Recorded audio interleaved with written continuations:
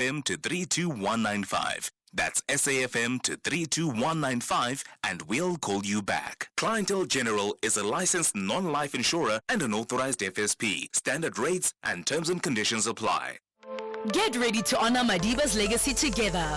Join us on 8 December at the Union Buildings in Tshwane, Gauteng, as we pay tribute to Nelson Mandela with the Mandela Remembrance Walk and Run. There's a distance for everyone: 21 kilometers, 10-kilometer run, and a 5-kilometer scenic walk. Enjoy loads of entertainment and plenty of fun for the kids. If you can't be there in person, you can participate from wherever you are, uniting with thousands around the country to honor Nelson Mandela's vision of unity, equality, and a just society. All proceeds will support the Nelson Mandela Foundation. Register now at mandelawalkandrun.com. Let's come together to remember Madiba. In proud partnership with Gauteng Province, the City of Tshwane, and SABC Sport. See you there. Let's make it a day to remember. Get ready to win big this holiday season with SAFM. Text Christmas to 41391 to stand a chance to win one of 12 amazing mystery prizes. SMS lines open on the 29th of November and close on the 24th of December 2024. Winners will be announced between the 26th and the 31st of December. Each SMS costs R1.50, so hurry up and send your entries now. Terms and conditions apply. Get into the festive spirit and win big with SAFM this Christmas.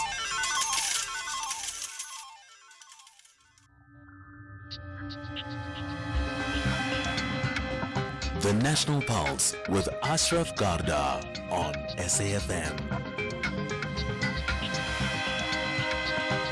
You're listening to the National Pulse, weekdays 3 to 6 p.m. So welcome to the show. South Africa, as you know, has now attained the presidency of G20 for this entire year, and the build up to that, to next year 2025 November, means that there'll be a whole series of programs that will take place in this country. It's something very exciting. It also means lots of questions to be asked around G20, South Africa's role and overall impact, isn't it? Well, my name's Ashraf Garda. This is the National Pulse. And welcome to the show. Thank you for committing 3 hours of the show. First-time listeners, you're absolutely welcome. Regulars, you are most appreciated as well. And you can not just listen in, but you can engage. And how you engage is this. You can post on social media simply by saying, hey, I'm here, check me out, which is great. Just tag SAFM Radio, tag me, Ashraf Garda. Post, do the same thing on our Facebook pages too. So Twitter or Facebook. You can call in to 086 000 2032, and then WhatsApp, text or voice note messages 0614 104 107. You got that, 0614 104 107. I'll tell you what, we're gonna chat to the Black Business Council in just a moment, right? But let me just start by saying this. It picks up from what the conversation that we had yesterday regarding the BRICS currency that's been thrown out by BRICS. Now, two things have happened. Donald Trump, not yet the president of the USA, has suggested that if the BRICS nations adopts a BRICS currency, that's fine, but they must expect 100% tariffs if they import goods. Point two, the BRICS nations, including South Africa, have said there's been no such thing as a BRICS currency put on the table whatsoever. It's not even been shot down. It just has not been discussed. Okay, got that. What has been discussed is that the BRICS nations have agreed that they want to pay each other in their home currency. So if South Africa is dealing with Botswana, which they're doing already, it would be rands or pulas. If they're doing it with the Chinese, they would do it in their own currencies, and so on and so on. Okay. Now here's the thought. Okay. So what if it's not a BRICS currency? The important point is, if they are dealing in their own currency, what are they doing? They are actually de-dollarizing the impact of the dollar. And that's what threatens the USA, and that's what threatens Donald Trump. And that's why he's in a position where he feels he's the president of the world, and he feels, and he's not yet the president, by the way, that he can tell the countries what to do. Now, some may say, Ashraf, get serious. This is real politics. The USA has a huge hold on the world. Okay, I get that. I'm not unrealistic. But how do you have a situation where a leader of another country can tell the leaders of other countries, you will not deal in any other currency but the dollar? Basically, that's what he's saying. If South Africa chooses to deal in our own currency and pay the Chinese in rands, he's saying even that's a problem. Effectively, to try and hold the dollar. Now, we may know why, because it's that strong, and they want it to be maintained at that level. But something, therefore, talks about what has often been spoken about, which is the USA has been a democracy at home and a dictatorship abroad. And this year, and I'm quoting Professor Chris Landsman about this, is a reflection of just that. The fact that it can just be mentioned alone is a problem. So think about that. What do you make of that? Well, that's my point. You tell me what's yours. Right, let's get to the other big issue with regards to the G20 summit. So now we know South Africa will effectively host G20 or take over the presidency for this entire year that culminates in that summit at the end of the next year, in fact. Now, while all of this is happening, the Black Business Council, the acronym is BBC, they are concerned. They're saying, why does Business Unity SA, which is BUSA, why are they claiming to be the sole representatives of South Africa's business interests? And therefore, they're calling on the president to intervene on this matter so that no organization can claim to represent South Africa without the blessings of the government of the country. So let's get the thoughts of Hankie Matabane, who's the CEO of the Black Business Council. Hankie, appreciate your time and thanks for connecting to the National Pulse. Good afternoon, Ashraf, and good afternoon to the SAFM listeners. Thank you. Now, I've seen your press release. Do I take it that your release is a response to what has been confirmed already, that BUSA in some form will act as the business arm of the G20? Yes. What happens in parallel to the G20? So the G20 is a government event, and then there's a business event which is called the B20. And the B20 makes recommendations that they present to the heads of states when government meets. So in other countries, there's only one confederation of business associations. But because of the history in South Africa, we've got two business associations that are confederations. One is the Black Business Council. The second one is Business Unity South Africa. So how we work with others, for example, at the BRICS, because we were speaking about BRICS, I think I thought let me talk about BRICS. So we've got the BRICS Business Council. In the BRICS Business Council, we've got 5 members who are representing the country. And in the 5 members, 2 are from BUSA, 2 are from the BBC, and 1 is independent. So there should be a similar structure for B20 because BUSA does not represent us. It does not represent all of business. It represents even a fraction of the JSE listed companies. It does not represent a lot of businesses in other provinces. So it's wrong for them to go and claim that when they speak for business, and they've been doing this all the time. And then we had a meeting with them and told them that what you are doing is wrong. You cannot represent other people without their consent.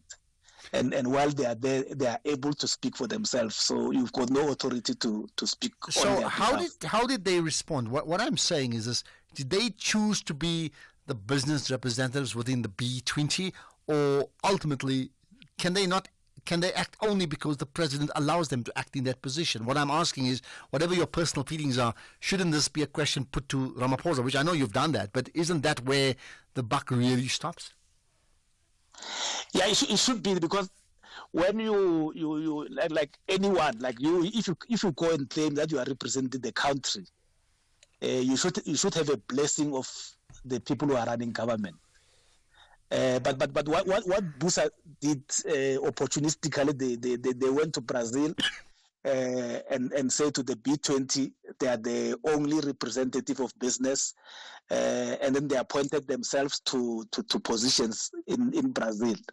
And the government was not even necessarily aware, because we've raised this issue with the various ministers, because Minister of Trade, Industry and Competition is one of them. We've raised it with the Small Business Minister. where we're going to be racing with the president when we meet him. But now, how can just help me with this one, because there's really two parts. One is your personal feelings about it as the BBC. The other is then who makes the decisions. How is it that Busa can go to Brazil, right? At of course the G20 that just ended a few weeks ago, and they can be appointed as to head up B20 without South Africa's government being aware of it. I mean, if that would be the case, that would be mind-boggling. Yeah. I don't know what this, but I suspect they lied when they got there and said no, we've got the blessing. But again, I mean, how would they lie about a thing like that without whoever decides then not checking these things out? I mean, it just the mind boggles in terms of the processes. Ashraf, there's so many things that are happening in South Africa. Please tell us, we want to know. Like, we don't know how many foreign-owned sponsor shops are happening. So people just come here and have their sponsor shop. So anyone goes and claims that they are representing the country, and people believe them, because when you go to the internet and check, you'll find their pictures there with the president. So what more do you want? All right. So I had a chat. So by coincidence, I had a chat with Cas Coovadia 2 weeks ago, unrelated to BRICS, or unrelated to the G20. We were talking about his own journey, right?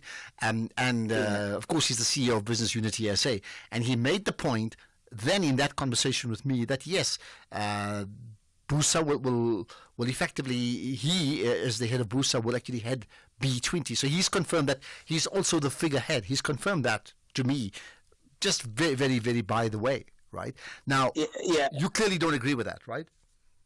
No, but that's been self-appointed. And then remember, Kes is leaving Busa at the end of this year, so he shouldn't even be there in the first place.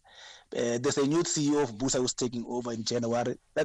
Those are the people who are supposed to be working with us to work on B20. Kes should not even be there in the first place. Okay, so it's an opportunistic a decision of appointing himself to prolong his relevance in South Africa. All right. We'll chat to him as well later on, by the way, after 5 o'clock. So looking forward to that. I suggest you tune in. But in terms of your letter now, considering there's more than one organization that represents business, has the presidency now responded to your suggestion that, in fact, it must be turned around, that you can't have Busa representing South Africa as part of B20 without any other knowledge of the other business part of units that make up business in the country? No, they haven't responded yet. What we are trying to do, we're trying to have a meeting with the president so that we can have a face-to-face engagement before the end of the year. Well, I would think it has to happen in the next couple of days, isn't it? Because the end of the year effectively is like the 16th or 15th of December. Yes. It has to happen very, very soon.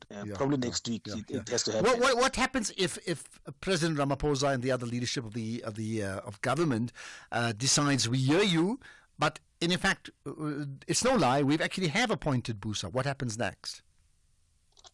We know they didn't, but if that happens, it means what they are talking about as inclusive growth is just a slogan. Because you can't talk about inclusive growth by excluding the majority of the population. Okay, so what I'm saying, if they go ahead and do that anyway, what would be your next position then? Yeah, we'll explore our options, our options including even speaking to the G20 itself and the B20 itself, and to indicate our unhappiness. But we are positive that the president will agree with us, because he acknowledged that there are two organizations in South Africa that are mother bodies or confederations. So even when he meets business, he meets us and meets Busa. So we don't think it's going to be a difficult thing to do. Okay, got that. Well, I'll tell you what, when you know, let us know. As you said, there's a lot of things happening in South Africa we don't know. You can help us. Hankie Matabane, CEO of the Black Business Council. Sure, at a very significant moment of South Africa, two important organizations in business effectively at loggerheads, disagreeing with one another. Well, that's why the show is called The National Pulse. So let me put this to you. What moves the National Pulse? The National Pulse, weekdays, 3 to 6 p.m. So we will have a chat with Cas Coovadia, the CEO, the outgoing CEO of Business Unity SA, and effectively the man who will head up what is called now B20, which is Business 20, right? That comes up at about 5:10, I understand. Listen out for that. And this podcast of the conversation I've just had is up as a podcast. Check it up just now, safm.coza. Right, let's get to the Global Watch feature now. So we know now that South Africa has launched the G20, well, it's attained its position as G20, the presidency, that is, right? And we'll talk about it at length later on. A key theme of this year is solidarity, equality, and sustainability, right? So what should we be doing about this? How significant is this? Professor Patrick Bond is with us. He's a political economist and distinguished professor of sociology at the University of Johannesburg. Prof. Bond, appreciate your time. Thanks for connecting to the National Pulse once again. Oh, thank you so much, Ashraf, and it's great to be with the listeners, and especially to follow up from the controversy about representativity and who's taking the lead within the alternative, not the government, the G20, but there is a civil society equivalent to the same controversy that you've just talked about. Well, maybe do you want to start with that and give me your thoughts on that? Yeah, and there's also a T20. Those are the think tanks. There's an L20, Labour. There's so many, let's say, derivations. And the most important controversy on this side, maybe not business, which is infighting, but it's ideology. The ideology of whether Donald Trump, who is not for sustainability and inclusion and diversity and solidarity, he's the opposite, right? And he comes, maybe he'll decide he'll give it a miss. He hosts the following year, 2026. So now we've seen last week, maybe 2 weeks ago, let's say, the National Endowment for Democracy previewing that controversy because it's a U.S. agency that supports Democrats, but in a particular kind of way. If you're a Palestine-based Democrat, it's going to be much harder because Israeli genocide actually erases you, and the U.S. is part of that. And this is the debate that split the Tutu Foundation, Desmond Tutu's foundation, as well as COSATU. And we can imagine the kind of splits when Cyril Ramaphosa tries his very best, he's about the best in the world at this sort of thing, to, I don't want to say divide and conquer, but to bring his friends in to be part of an S20, a social 20. I was 2 weeks ago at the same project in Brazil. It was President Lula, and the week before the G20 happened, he did exactly that. He was extraordinary as, one of the most brilliant civil society forces to come in and take the progressives out and bring some in and leave some out. And that's the controversy I can expect 11 months from now. And of course, we've got the SAT20 coming up soon. Let's not get confused with cricket because there's just so many of these, right? Point noted, this is right? Also fun and games politics. Yeah, absolutely. Okay, so what are your overall thoughts around the entire concept of the G20 and South Africa's presidency of that? Yeah, the G20 becomes important to South Africa and to the world.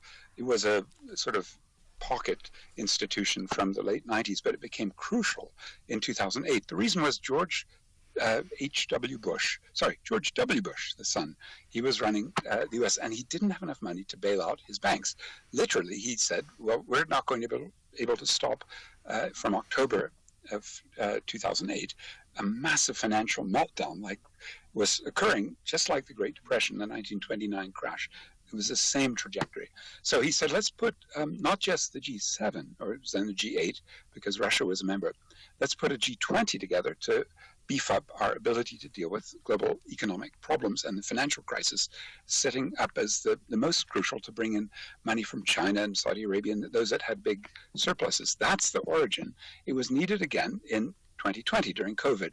And again, the mandate, let's beef up the world financing through quantitative easing, that is printing money, or let's get the G7 and the BRICS to contribute to IMF recapitalization. That happened in 2015. That's the function so far. And I would call that the imperial powers needing a new layer, let's call them sub-imperial, and that's the G20 fusion. And I think South Africa hasn't done very well by that. We now have an IMF program in place, basically cutting our budget, and we certainly haven't done well by the geopolitical games that have been in play.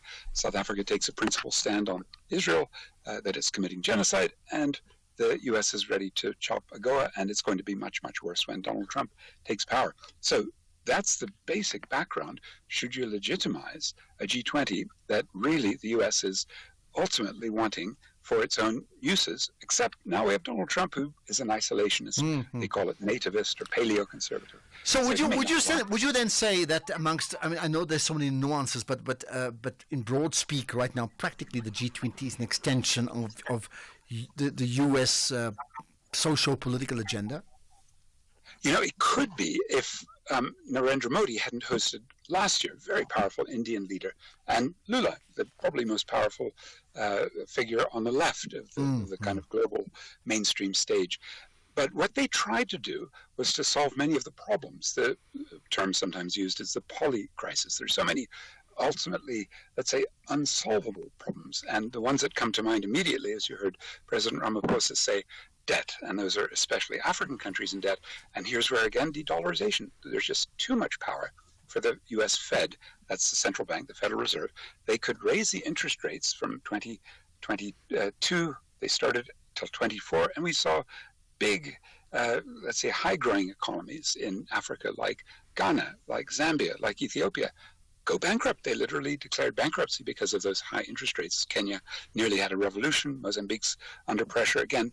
Debt, we have it the same in this country. And I don't think what President Ramaphosa has in mind is going to be sufficiently powerful to shake up IMF, World Bank, and, you know, the big development banks, including our own BRICS Bank. Those institutions really want their money paid back and the ability to subsidize. Then we get to the most difficult problem, right, Ashraf? Climate catastrophe. What we just saw in Baku just 10 days ago was a catastrophe.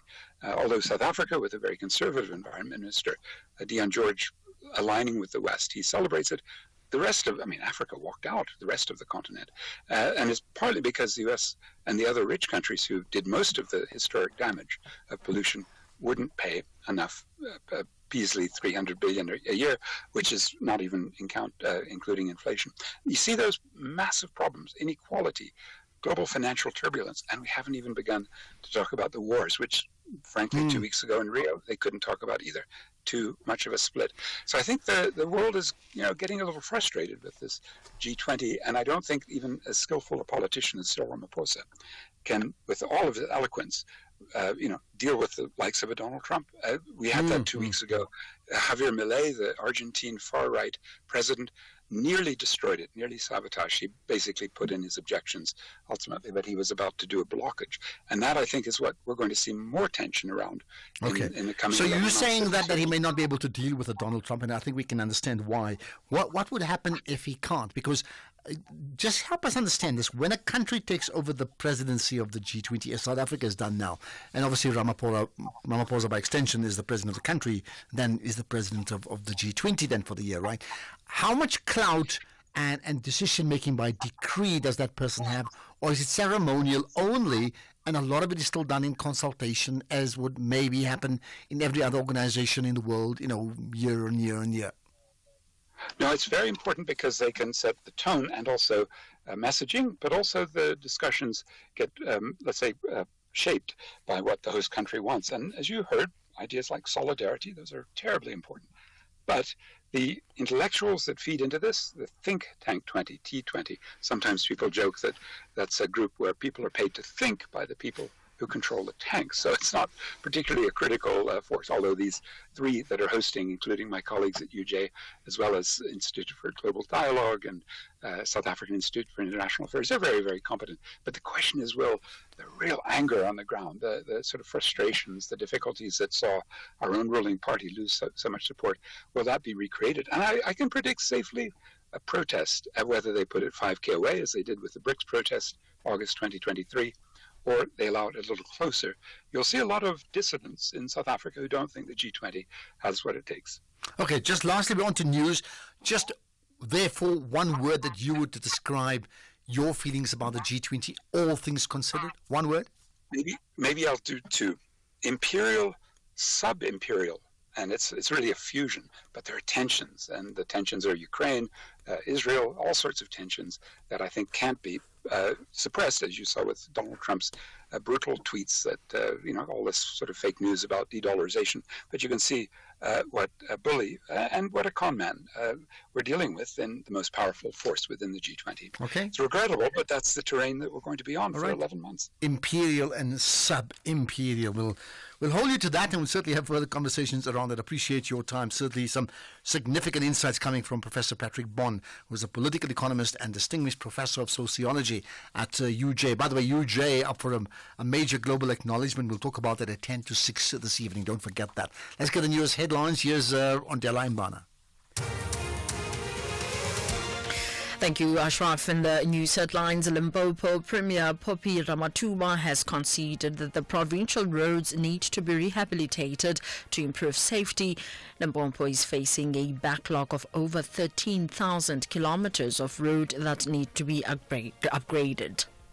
President Cyril Ramaphosa says through the G20 presidency, South Africa will urgently promote collective goals that will benefit Africa and the global south, such as disaster resilience and debt sustainability.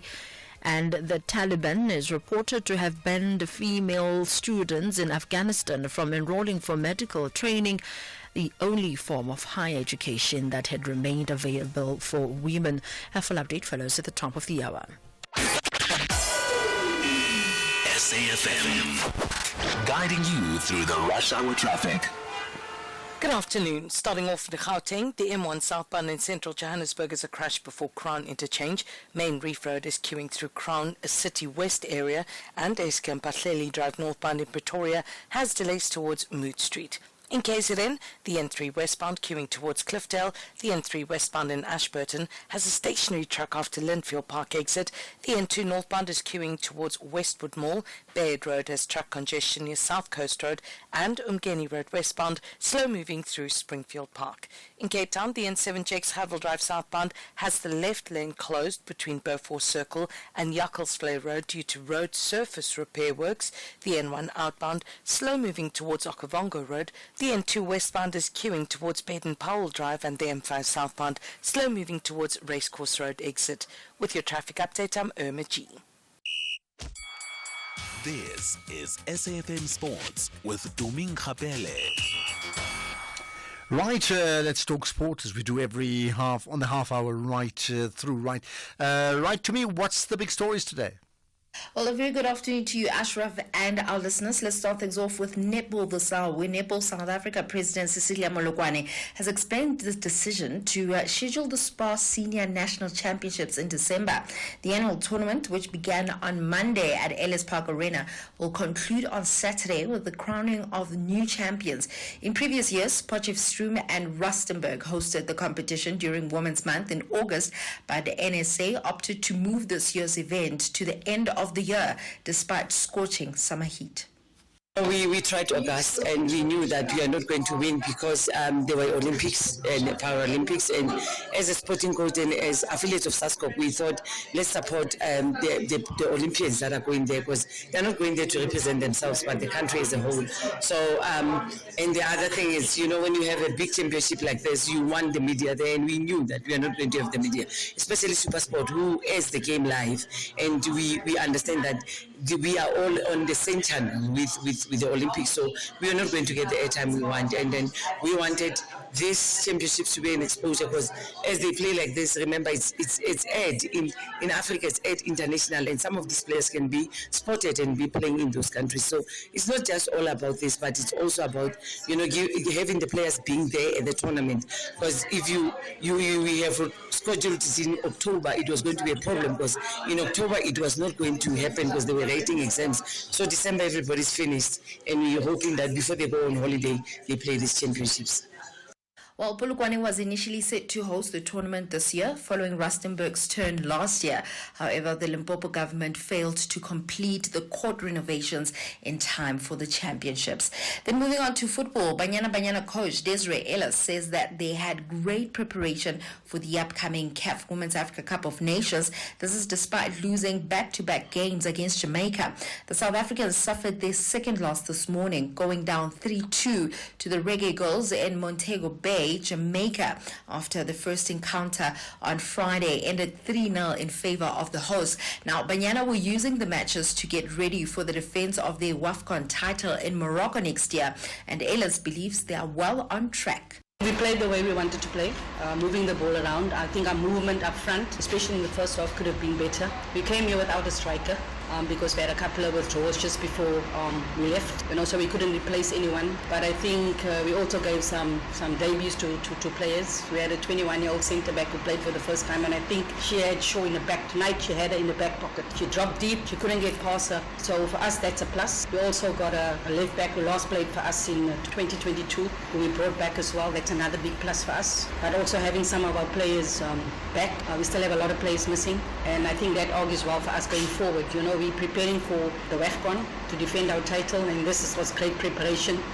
Elsewhere, new Leicester City boss Ruud van Nistelrooy has admitted that it was painful leaving Manchester United, but has vowed to stamp his authority on the Foxes. The former Red Devil striker replaced Steve Cooper at the King Power Stadium on Friday, signing a deal until 2027, and he'll definitely be looking forward to Leicester hosting West Ham today in his first game in charge, and kickoff for that game is at 10:15. Then moving on to cricket, Australian opener Nathan McSweeney has vowed to show everyone what he can do when the second test against India begins on familiar territory in Adelaide on Friday. The 25-year-old was under the spotlight when he made his debut for his country in the first test of the 5-match series last month in Perth. Now, McSweeney had only ever opened once before at first-class level and scored 10 and not as a rampant India won by 295 runs. Meanwhile, England and New Zealand were fined 15% of their match fees and penalized 3 World Test Championship points for maintaining a slowing over rate. Anything's off with athletics or Olympics news? South African Sports Confederation and Olympic Committee President Barry Hendricks says that the bid to host the 2036 Olympic Games will begin in February. South Africa is set to make history as the first African nation to host the Olympics following the Brisbane 2032 Games. Hendricks voiced his confidence in the bid and emphasized strong support from the government in their mission to bring the Games to Africa. Are you looking for the best spectacle and sunglass deal? With Specsavers buy one get one offer, you get great value for money. You know you can trust us with over 350 stores nationwide. Get a free pair of branded prescription sunglasses up to 3,200 Rand when you purchase a comprehensive eye test and spectacle frame with lenses on your first pair. Choose from top brands like Police, Hugo, Tommy Hilfiger, Carolina Herrera and more. There really is no reason to go anywhere else. Affordable eye care, Specsavers. T's and C's apply. Right, we talk about it as the season to be jolly, right? So how about getting low-cost insurance for your older car with OUTsurance Essential? Get up to 1 million Rand liability cover. So if you cause an accident, the other car could be covered for up to 1 million Rands. Then you add a motor warranty, which covers you for mechanical or electrical breakdowns. You can get savings with OUTsurance Essential for unfinanced cars older than 5 years and valued at less than 130,000 Rands. SMS CAR to 43187. 43187, that's CAR to 43187. Licensed insurer and FSB, T's and C's and information all available online. You're listening to the National Pulse on SAFM. So we'll be talking about the rather disappointing news of a decline in South Africa's GDP by 0.3%. So we'll have a chat about that shortly. But in the meantime, South Africa's major banks will appear before Parliament's Trade, Industry and Competition Committee, Competition Committee next year to explain their policies. Now, why? Well, this after Parliament's chairperson of the Trade, Industry and Competition criticised them, all the major banks, over credit practices and banking charges, saying that at times banks impose unilateral policies without transparency. What does that really mean? Mzwandile Masina is the Parliament's chairperson of the Trade and Industry Committee. Mzwandile, I appreciate your time. Thanks for connecting to the National Pulse. Thank you very much. We really appreciate speaking to the people of South Africa. Thank you. So help us understand what is the problem that you would want to change to summon them to a meeting? No, obviously, the first thing that we want to have a conversation, because the people of South Africa have been raising quite a number of issues with regard to banks. Just to give you a typical example, it's very easy in South Africa to get consumption, what we call consumption credit. For instance, to buy a car, to have a credit card, to buy a house, it's easy to do that. But it's very difficult in South Africa to get credit for starting a business or to invest in a business. So this is one major issue that we really think that we need to have a conversation with the banks as a starting point. But the second issue is that if you look at the charges that banks levy to government, like municipalities, individuals, there are a lot of things that have not been explained to the people of South Africa. And thirdly, at the point of individuals signing for credit that is available to them, you have fine prints that are not explained. But when there are issues and then you are taken to court, they refer to those fine prints. And we all know that at the point when you need credit, you are vulnerable, you are desperate. So we want the banks to be much more transparent in terms of dealing with some of these issues. But there's other issues that we've been able to raise with the banks, and we hope that they will cooperate and come and talk to the people of South Africa with regard to some of those issues. Can we then say that, just as an overall view, that you believe that banks have been rather, if not dishonest, then they've been one-sided in their dealings with all of us? That means it's an unequal relationship. Of course, I think that's a main issue here. And secondly, that in South Africa there's about 45 or so active banks, of which 10 are major banks here in South Africa, and they do work here. In other countries, like in the US, in China, in Japan, in India, they've got in excess of 4,000 banks for different sectors, and the competition is such that it allows and it benefits majority of our people. So at some point, once we have understood from the side of the banks, we will then have to relook into some of the pieces of legislation that will need to ensure that there is proper competition, which will benefit the consumers in the main, because the consumers are very pressed by the financial institutions here in South Africa. Okay, in terms of the teeth that you have, when you summon them to a meeting next year, do they have any option not to attend? Look, in terms of the rules of parliament, we have to invite them. Failure which, if they don't want to come, we'll then have to invoke the rules of parliament where we can subpoena them to appear. And I don't think that we have such a hostile relationship that when we invite the banks to come and explain issues of transparency, they will have difficulty in coming. So we are confident that at the beginning of February, somewhere there, we should be able to have this meeting with the key banks in South Africa. I understand. What do you think would be their motivation to want to come? What I'm saying, they'll come if you ask them, I understand that. But clearly they'll be motivated to maintain the status quo. Look, it is not sustainable, because the people of South Africa, they really are, they are depressed by the financial institutions. So we do have to have this conversation. You look at the interest, even from the media houses, how they've taken up these issues when we raise them, that these are the issues that we've discussed in the Joint Portfolio Committee with National Treasury.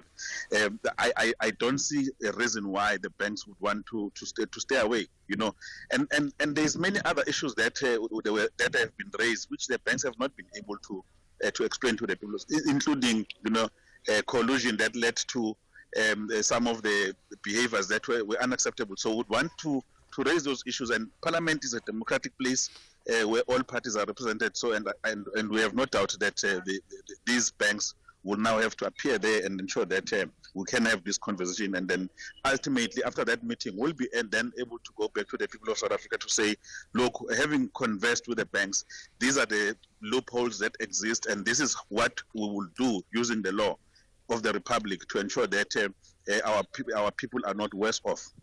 Now, I would think that, this comes within the context of what's globally expected or spoken about, that South Africa, in terms of its global competitiveness, lags behind in many industries, but when it comes to banking, we're world class, right? So it appears like the institution of banking has got something right. And again, it makes the point that, in fact, they will hold on to that status quo. I mean, do you get a sense that they've been allowed to get away with this for so long because they were able to get away with it? Look, that time is over now. In the seventh administration, different industries will look into their behavior and will use the instrument of the state to ensure that there is greater value for the public. This is not for ourselves as individuals, but rather it's going to have to benefit the people of South Africa. So that's why we're calling on the banks to come forward and to explain themselves in terms of the issues that we have raised. And we are confident that this conversation actually will move the country forward. Okay. They may once again argue that, in fact, they have to maintain a high degree of profitability, on the one hand profitability, but also ensure that they have to mitigate against minimal risk, right? Because they need to be strong and solid. And when they do so, then their profitability ensures that they employ so many people and they are viable institutions in South Africa, meaning they would state their case that anything that clips their wings and clips their profitability and makes them less appealing to investors would actually harm South Africa anyway. Look, there is no intention to stifle the banking sector in the first place. We are very happy with how the sector is structured, but we think that there needs to be more transparency so that those that go and get credit from the bank, they quite understand some of these intricacies. So we don't want a banking system that is loose, that is corrupt. We would want them to continue to adhere to the standard. But what we will not accept as a starting point is that everything should be about profitability, even at the expense of ordinary citizens, which we think is an indictment which has to be corrected if we find ourselves in the conversation. So, and I think that we're not coming to this meeting with an attitude. We're coming to have a frank conversation, which is long overdue, so that we can then find each other in terms of ensuring that ultimately the consumers, which are users of the banks, truly benefit from the engagement. Okay. Just lastly, has either individual banks or the Banking Council, have they responded in any way to your request to meet them? Not yet. They have not responded. We have sufficient time, and we are confident that over time they will come back to us. And then if they don't, we will also go to the Banking Council and so on. So we'll use multiple means to make sure that we draw their attention so that they can appear before this important Joint Committee of National Treasury and the TTIs. Okay, and just by coincidence, I had a chat with Prof. Thuli Madonsela last night at about 10 to 6, and people can listen to the podcast where she spoke at length about that the current system of, capitalism on the one hand, or communism or socialism on the other extreme, we have to find something in between, that it cannot ever be an either or no matter what. And maybe that's exactly the point that you bring up. Mzondile Masina, Parliament's chairperson of the Trade and Industry Committee or the Portfolio Committee, appreciate your time. Listen to that podcast, the one from Thuli Madonsela. It's up SAFM.coza, and you can catch this podcast as well, including the one with Patrick Bond, including the other one with the Black Business Council. There's just so much. Well, what about GDP? We'll talk about that next. For 30 years, we've stood together, advancing collective action to end violence against women and children. But the fight is far from over. Your voice matters. Every action counts. From educating our communities to supporting survivors, it's time to unite and create a future free from fear. Join SAFM for 16 days of activism. Together we can make a difference. Together we can end the violence. Because 30 years of progress means we cannot stop now. Let's advance the fight. Stand up, speak out, take action. SAFM, leading the conversations that move us. You're listening to the National Pulse on SAFM. Okay, so we gloated the other day about just South Africa's GDP being pretty strong and therefore interest rates will drop, which it did, as you know. Well, things have changed rather quickly.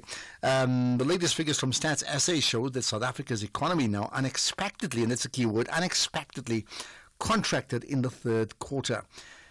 And that's 0.3%. Let's try and understand the story behind that story with Risenga Maluleke, the Statistician General of South Africa, of course, heads of Stats SA as well. Appreciate your time as always. Thanks for talking to us. Ashraf, let me greet you. Let me greet the listeners. Well, you certainly have. Much appreciated. Now, it's only, I wish you had better news about GDP improving as opposed to going into decline. What has happened here? Well, there were a lot of commentators and a lot of people who speculated where they thought the economy would be, and there were comments that it would have expanded by 0.4, 0.5%. But one thing is that they had looked at our monthlies but hadn't factored in agriculture, which we don't have a monthly on. So when agriculture came, it went south. It contracted by 28.8%, and its contribution to the overall quarterly figure was negative 0.7 percentage points, and that resulted in the contraction of 0.3%, Ashraf. Okay, why is agriculture not factored in like the others at the same time? It's because agriculture is not a monthly release. So the commentators had looked at monthly releases. Agriculture is, we receive the figures from the Department of Agriculture. So it comes at the time they've finished doing their number verification. Okay, so it comes rather later, right? Now, can you tell us anything about the implications of this 0.3% contraction then? Well, the implications are not ours, Ashraf. We leave the implications to media houses like yourselves and other economists and other commentators. But what I can say definitely is that we need an economy as a country that is growing. An economy that is not growing is not able to create jobs. And we know that when you look at the expenditure side, for example, we see that households have been having increased 0.5% on their spending. However, if you look at exports, they went in the negative 3.7%. So it means the economy is not producing enough. If you don't produce enough, you will not be able to export. And would you say that's the most significant factor that's made the difference? Let me apologize again, Ashraf. Yeah, I get what you're saying. You may not be able to give the commentary, and I get that. But in terms of the sheer numbers, is that factor around import and export a significant difference? Well, certainly exports particularly. An economy that is producing enough will have enough to export, unless if you have enough on your on the assets or that you have produced that you are not sending out, or that you are not you are keeping in storage. So if you don't have enough that you are keeping in storage, certainly you would expect that being exported. And if you are not producing, if on the production side we are not seeing as high, there's not much. And look at investments as well. Investments, it's for the first time that they go up. They have been depressed for about 4 quarters in a row since the third quarter of and that is quite significant. Well, let's leave it at that. Risenga Maluleka, the Statistician General of South Africa, Head of Stats SA, appreciate your time. And the context of all of this, GDP declining now by 0.3% in the third quarter. That's on the back of results coming in, particularly from the agriculture sector, which lags behind the other monthlies, and that's changed things. And suddenly there's a slight dampener. We've had a good few months of really exciting things, and how will that change? Now, would you like to comment on that? 086 000 2032. I'll take your calls right away. You can comment on that. What about the G20 presidency that South Africa now has hold over? Your one word to describe the G20 as you see it, but also some of the other issues that we haven't quite managed to talk about as yet. If you want to give it a thought and talk about it, feel free to do so. You can also text or WhatsApp us 0614 104 107. Let's get to your thoughts. In fact, and of course, Trump is going to be in the news very often, isn't it? Good afternoon, Ashraf. Aaron here. Donald Trump tried this tariffs thing, this economic warfare with China 6-7 years ago. Some American businesses closed down due to this economic war with China. Nobody's gonna win it. Everybody's gonna lose. China has become too big to be bullied. Thank you. Well, there we are. China has become too big to be bullied. Do you concur? Good afternoon, Ashraf. It's Thierry Captain. Ashraf, regarding Donald Trump threatening the BRICS country. It's what is called power. You know, America is a strong house power, so they can dictate whatever they want. And we know many countries will submit because America strengthened their money, and their money represents also the power that they still have in the world, the influence that they have in the world. So, like it or not, all countries will be subjected to submit to the American power. This is something that is not good, but we don't have a choice right now, unless China and Russia decided to create the money, the BRICS money. Cape Town. Thank you so much. But in fact, they're not saying they're creating any BRICS money. What they are saying is they will trade in their own currencies. And I'm saying that alone says they don't have to create their own money. It just means they'll be trading less in dollars. And that is what irks the soon-to-be president of the USA, Donald Trump. Right, your comments on some of the other issues. What about the banks and their behavior? Warren in Durban, you've got a view. Hi.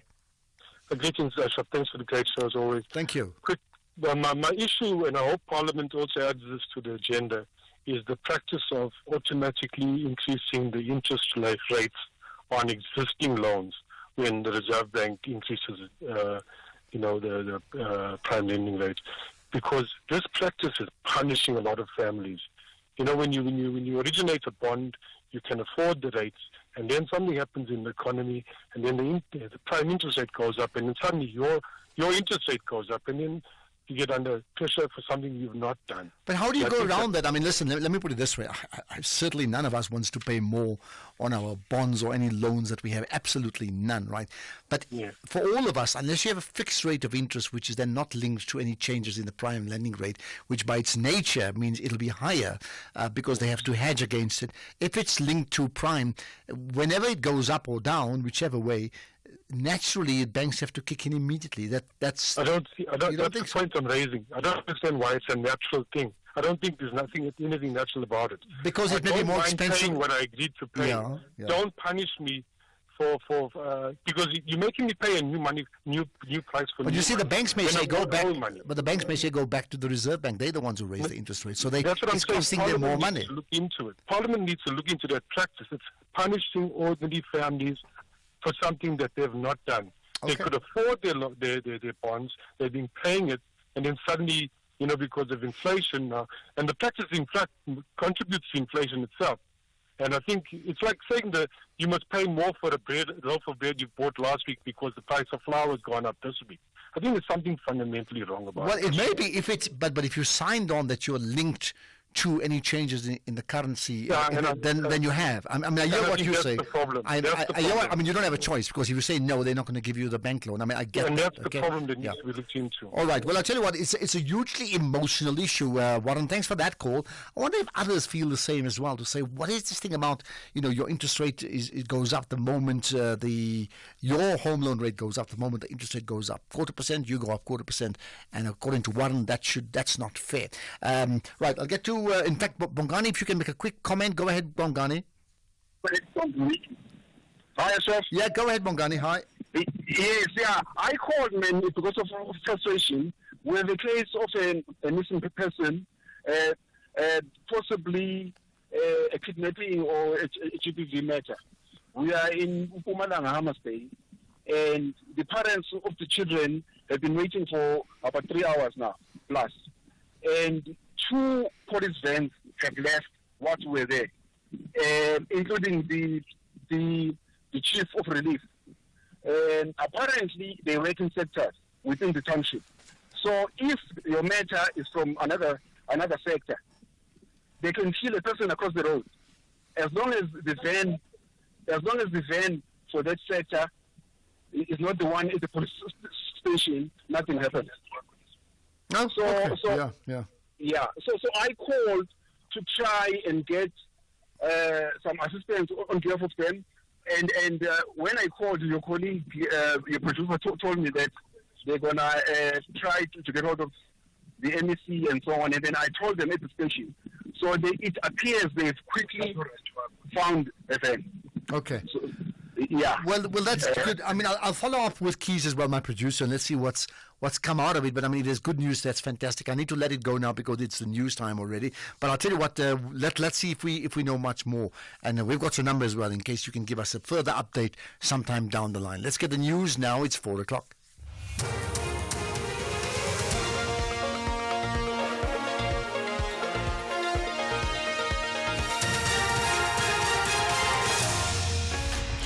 Thank you, Ashraf. In the top stories, Limpopo in dire need of road rehabilitation and South Africa's G20 presidency to benefit Africa. For SAFM News, I am Onda Lambana, and a very good afternoon.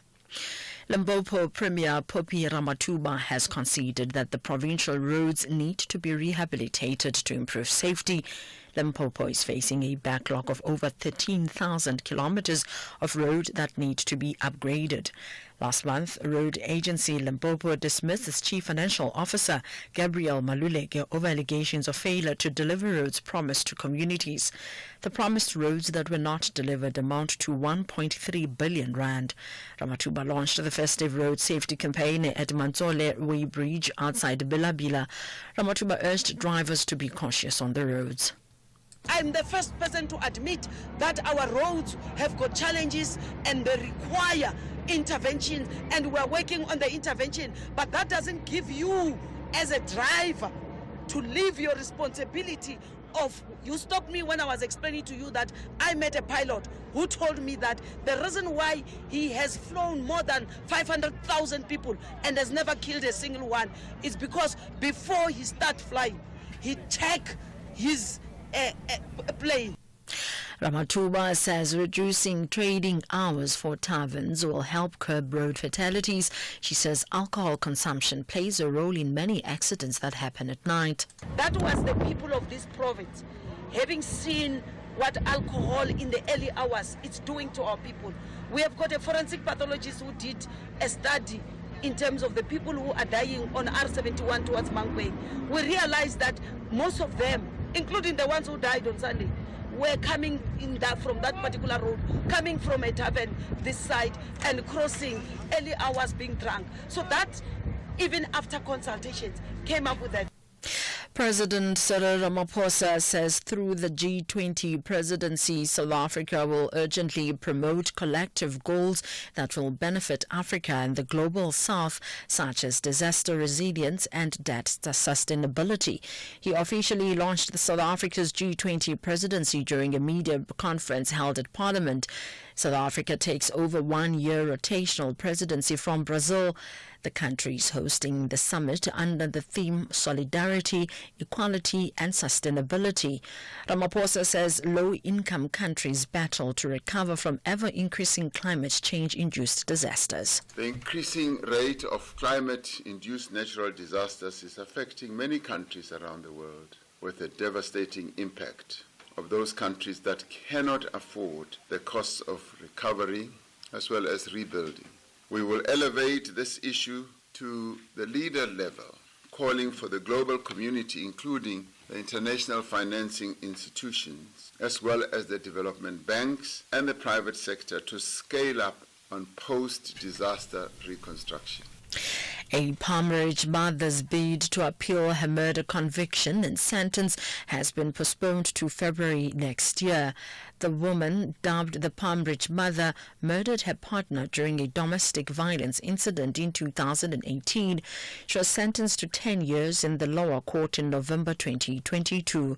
Candidate legal practitioner at the Center Applied Legal Studies, Anda Dungulu, says the organization is appealing the matter because the court did not take the woman's history of abuse into account when passing its judgment. And we are appealing the conviction and the sentencing because the court did not engage with the fact that she was a victim of gender-based violence and basically convicted and sentenced her without any of those considerations, did not even consider the report from a psychologist or take into consideration battered woman syndrome. And so we are appealing on those grounds that she was not given, her matter was not given adequate consideration. The Free State Cocta MEC Sakhi Mokoena says the local government summit will come up with an action plan to assist municipalities to achieve clean audits, boost revenue collection and improve the billing system. The summit held in Bloemfontein has brought together all municipalities, the South African Local Government Association, water boards and Eskom to assess governance, performance and service delivery in municipalities. For years, municipalities have failed to produce clean audits. Mokoena explains. We are dealing with the issue of revenue generation, including the billing system, because the two are linked. If municipalities are not able to properly bill both the residents, the commerce, as well as the industry, they will not be able to really generate revenue and recover costs for the services that they are providing. The third aspect, we are dealing with an effective implementation of the grants. The entire spectrum of grants in terms of accountability, effective use, and results really that are quantifiable to make sure that we build on the major networks that we require. In news further afield, the Taliban is reported to have banned female students in Afghanistan from enrolling for medical training, the only form of higher education that had remained available for women. Local media say the Minister of Health ordered institutions teaching midwifery and nursing not to register female students. Videos shared on social media appeared to show women at several colleges protesting about the ban. Many adopted for medical studies because they were already banned from other areas of learning. Recapping the top story, Limpopo Premier Popi Ramathuba has conceded that the provincial roads need to be rehabilitated to improve safety. Limpopo is facing a backlog of over 13,000 kilometers of road that needs to be upgraded. I am Mondela Mara for SAFM News headlines at 4:30. And coming up in your sports this hour, Mujela out for the rest of the season and Prinsloo reflects on Simbini's 2024. More details at 4:30. SAFM, guiding you through the rush hour traffic. Good afternoon. Starting off in Gauteng, the N1 southbound in four ways there's a crash before Winnie Mandela Drive. The M1 southbound in central Johannesburg is a crash before Crown Interchange and Main Reef Road, queuing through Crown City West area. In KZN, the N3 westbound is queuing towards Spaghetti Junction. Bayard Road has truck congestion near South Coast Road, and Umgeni Road westbound is slow moving through Springfield Park.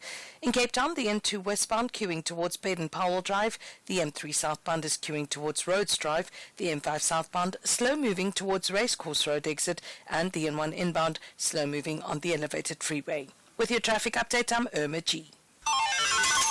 Get ready to win big this holiday season with SAFM. Text Christmas to 41391 to stand a chance to win one of 12 amazing mystery prizes. SMS lines open on the 29th of November and close on the 24th of December 2024.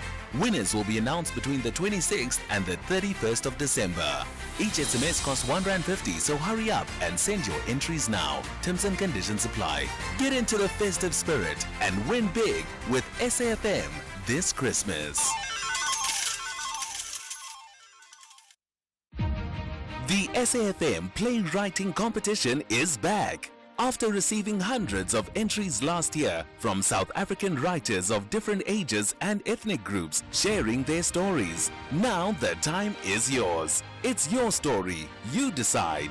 SAFM invites all writers to explore the medium of sound, the theatre of the mind. and to create a 1-hour radio play in English. Get writing now and submit your play before the 3rd of February 2025 for a chance to win one of 3 large cash prizes. For more information, visit safm.co.za. SAFM, leading the conversations that move us. The National Pulse with Ashraf Garda on SAFM. You're listening to the National Pulse, weekdays 3 to 6 p.m. Have you been hit with what I'd call Facebook, or I need to say it shorter, Facebook card fraud? And I say that because it's spelled FACEBK. Apparently, some people have been hit with this Facebook card fraud. We'll find out what that means, okay? We chat to Jan van Midden about that from my broadband around 10 to 5. So looking forward to that. And of course, with the G20 presidency now dominating today's National Pulse, we will play some significant sound bites from President Ramaphosa at today's media briefing. So looking forward to that, and I think you'll really enjoy it. But let's start now with goings on regarding the MK Party. Now, Mary Party has returned to the MK Party as its Mpumalanga convener. That's after winning her case against the party.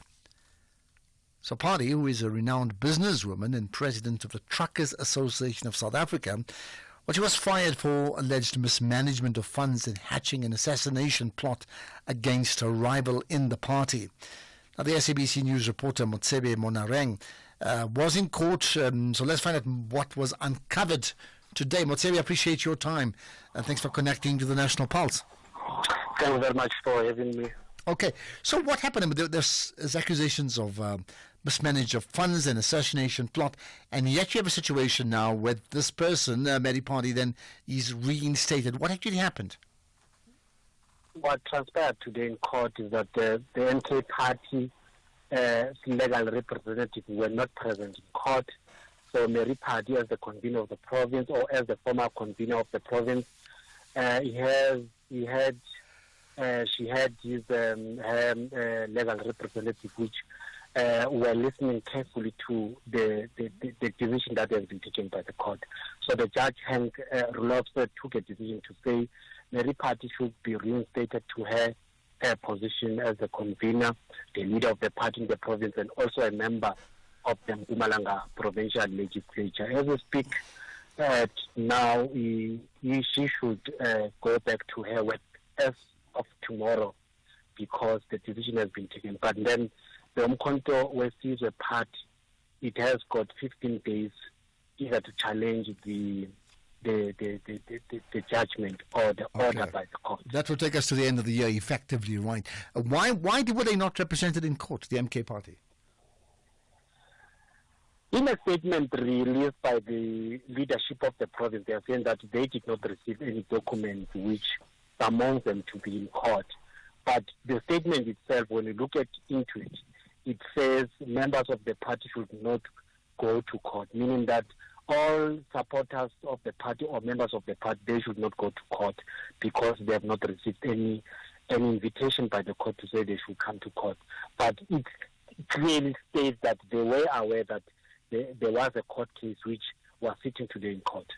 I understand. Okay, which means then in terms of being reinstated, it's merely at this point in time on a technicality. It may be very, very binding, but they've got 2 weeks to appeal that, but it's a technicality. So then did she say anything about what happens next to her? Because she should appear back to work tomorrow, but the MK has got 2 weeks to be reinstated. Was there anybody from the MK Party there, even not in the official court hearing, but just to comment afterwards? Unfortunately, since immediately after the decision by the court, we have been trying making calls either to the leadership of the province. They were saying that this matter is at the national level. We should then refer our inquiries to the national office. We tried that with Ndlela, which is the spokesperson national. Unfortunately, the calls ring is not responding to our calls. So as of now, we haven't received any nothing tangible coming from the MK Party National. But what we know is that they are saying that they are reviewing the decision by the court, meaning that possible they might also be challenging this court order or the decision by the court. Okay, let's leave it at that. Thank you for your time. Motsebi Monareng, you've got lots of work to follow up on this story, I'm sure about that. So appreciate your giving up your time. Now let's recap. Mary Party, in fact, according to the story, was fired for alleged mismanagement of funds. That's point one, and as well as hatching an assassination plot against her rival in the party. Well, today, this is what Mary Party said. The internal process of Umkhonto weSizwe were not followed, and because of that reason, I have been reinstated as the convener of the province in Mpumalanga. I've also been reinstated as a party leader in the legislature. I'm also going to be the full member of the legislature. So all those three positions that I held before are the positions that I was deserving to have, are the positions that were being appointed by the president. But surely, as Umkhonto weSizwe, because we are going to 2026, when you are looking at the crowd behind me, so many members, the ground is here. We will be talking to the president, and we will be engaging to the president to say that the common ground and the understanding is that we are not fighting Umkhonto weSizwe. We are just requesting that we must go to 2026 with our Ngqamalala. We love Ngqamalala and we want to go with Ngqamalala there. That's why we are saying that these people of EFF must not come and take over what we have worked for. This province was number 2 in the country. It tells you that we've worked very hard. So Okay, what do you make of that? Any thoughts on that conversation and that sound from Mary Party, and in terms of now she's been reinstated? So come on, it is the National Pulse. What do you want to get off your chest? You can WhatsApp, text or call. I'll take it right away. In fact, 0614 104 107. And then to call in, it's 086 000 2032. And if you're listening for the very, very first time in your life to this show, what took you so long? But I'm glad you're listening. But let me know, so at least I can give you a shout out to say, hey, we've got you on board. Absolutely. Right, let's get to some of the voice notes in the meantime. Here's one of them. Good afternoon, Ashraf and your team. Flores here from the Western Cape. Ashraf, my one word for the G20 is loyalty. South Africa's loyalty is going to be tested to the... Yeah, I don't even have words to say, but it's really going to be tested. Which side are South Africa really supporting? Is it the East or is it the West? Have a good job, bye-bye. Well, there you are. Do you think that's really the case? They're going to be tested? I would think, as the very interesting conversation with Patrick Bond early on, and please listen to that podcast, but he made the point about that. In fact, he said when it comes to negotiating, which is something that you and I don't see daily, he says Cyril Ramaphosa is really outstanding at that. So why do you think they just roll over and, you know what, when there's both sides of it, or they have statesmen within his leadership and the leadership of, foreign relations and others, that will certainly maybe work for South Africa. We accept the fact they're not the most dominant of the countries, but they hold the presidency now, so that does count some weight. Right, Mohsin in Krugersdorp, go ahead. Hi. Hi, Ashraf, how are you doing? Yeah, very good indeed. Go ahead, what's your point? Good, thanks, man. My point is basically with regards to the interest rates. Yeah. I just want to say that the interest rate is probably one of the most evil things that the West have put together in order to make people become slaves to society. So it's something that can be dealt with a lot better. I would say if the banking institutions in this country are not aligned to how the West works, and if you look at how, say, for example, how Sharia banking works, it would be a lot better and a lot more people will come out. So how would you replace it? So I mean, you had the caller earlier saying, it's not fair that when the prime rate goes up that we get charged more. And I've said within the current system, they don't have a choice because it's going to cost them more money, and therefore they're going to put it on to you. But you're saying if there's a complete replacement of that, what would you replace it with very quickly? Yeah, I would replace it with Sharia banking. So how the Islamic countries would work based on the banking principles. That's what I would do to solve. Yeah, but what does it mean? I mean, we don't know. What does it mean? Explain that. So Sharia banking basically eliminates any forms of interest because it's not allowed to be dealing with interest in Islam. So they would have their own way of basically making that interest, which would be from profits. But it was entirely different from how interest rates would work. Okay. So that's that. All right. That's So short answer on that, as per the previous conversation, is not as one-sided as the current banking system as we know it. Right. Thanks for that call, Mohsin. Perhaps another conversation on that, just rethinking banking. I mean, there's been conversations about rethinking economics. There's an organization like that, global one. What about rethinking banking? Tando in the Eastern Cape, go ahead. Hi. Yeah, about that banking, I don't want to weigh in there because I could go on the whole day because of what I have experienced. But I want to weigh in on Trump. Yeah. You know, Trump is not a politician. Trump is a reality TV star, and he has shown so many signs that he is not a politician. Because, of course, you know, all these politicians, they will quote that person, that. Trump is, okay, I don't really want to call him a pragmatic, but certainly a show-off. And he definitely is a game changer, that's for one thing.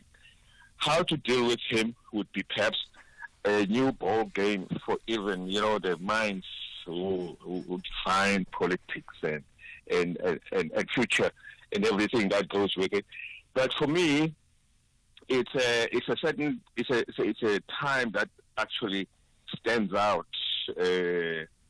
for all to kind of be. Well, let's see what happens. All right, let's see what happens, Tando. Thank you for that call. All right, let's see if we've got time for another call or two. If not, we'll play those calls, or we'll get to those calls as soon as we can. But what we'll do now is, I did mention the G20 presidency. We're going to play some significant sound from President Ramaphosa. Get ready to win big this holiday season with SAFM. Text Christmas to 41391 to stand a chance to win one of 12 amazing mystery prizes. SMS lines open on the 29th of November and close on the 24th of December 2024. Winners will be announced between the 26th and the 31st of December. Each SMS costs R1.50, so hurry up and send your entries now. Terms and conditions apply. Get into the festive spirit and win big with SAFM this Christmas. The National Pulse, weekdays, 3 to 6 p.m. Okay, let's talk G20. You better get used to that. You know, GNU. In fact, GNU must be the word of the year in South Africa, isn't it? I know there's like a global word of the year, but in South Africa, it's got to be GNU. But next year could well be G20, because we're going to get tired of listening to G20 all the time. Now, as a scene setter, so now from December 1, South Africa assumes the presidency of the G20 group of countries. And those countries comprising many of the largest developing and developed economies in the world. In fact, all those numbers are really significant in terms of who they really are, right? But I'll tell you what, let's do this. First things first, I'll play some sound. President Ramaphosa commenting that South Africa's presidency will not create any new working groups. It should not replace existing international institutions, as well as platforms such as the United Nations and various associated bodies. At the same time, the G20 initiatives should in the main support, not diminish, the responsibilities that countries have to deliver on sustainable development goals, on climate action and other commitments that they make in various forums. To ensure that the G20 remains focused, South Africa will not create any new working groups or permanent structures. We will build on the previous presidencies and provide momentum to existing structures and processes. So, okay, we have the president, but we have the presidency. But who are the people in charge? Well, President Ramaphosa threw in two significant names. The two ministers who are sitting up front here Minister Enoch Godongwan, the Minister of Finance, and Minister Ronald Lamula, the Minister of International Relations and Cooperation, will be leading our G20 process. On their shoulders will rest the responsibility of making our G20 successful. And I know for sure, through the very capable execution of task of principally the three departments in government, the presidency, as led by General Baleni in the presidency, as well as DERCO, as well as Treasury, we will be able to present a most impressive G20. As we have gone around the other G20s, we have learned a great deal. All right, so I did say GNU is the word of the year, so I think, it's my opinion, and get used to hearing the word G20 all of next year. So what do you think? How many meetings are being planned in this country next year? 10, 15, 20? If you said 20, you'd be wrong by a long, long margin. Here's the president.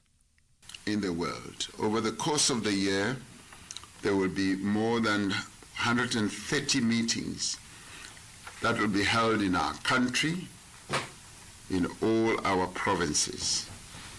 Tens of thousands of people from nearly 30 countries and representatives from over 20 regional and international bodies will arrive in our country over the course of our G20 presidency. So the G20 presidency, therefore, is an opportunity to present to the world the great opportunities and experiences that South Africa has to offer. That is why we have dubbed this the G20 of the people of South Africa, as we want the people of South Africa to embrace this whole process of the G20 as theirs and to get involved in ways that will enhance our participation and our leadership of the G20.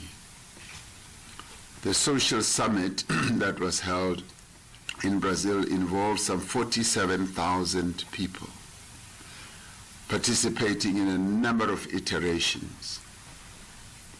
We may be a much smaller population size than Brazil, but if they could do 47,000, I do believe that we can also do 47,000 and more.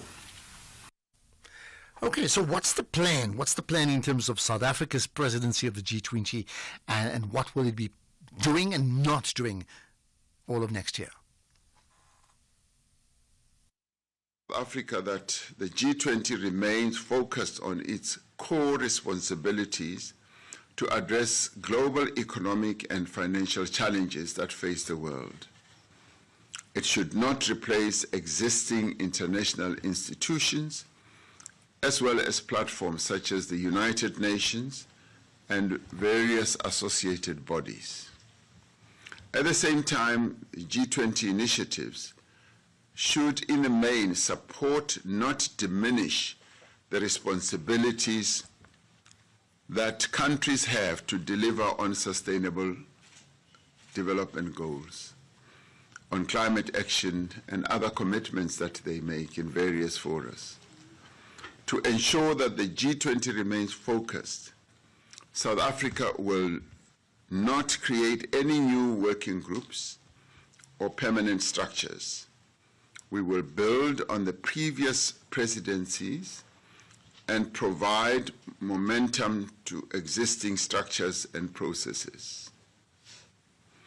We will reflect on the impact of the G20 over the last 20 years and positioning that the G20 has taken to enhance its impact over the next 20-year cycle.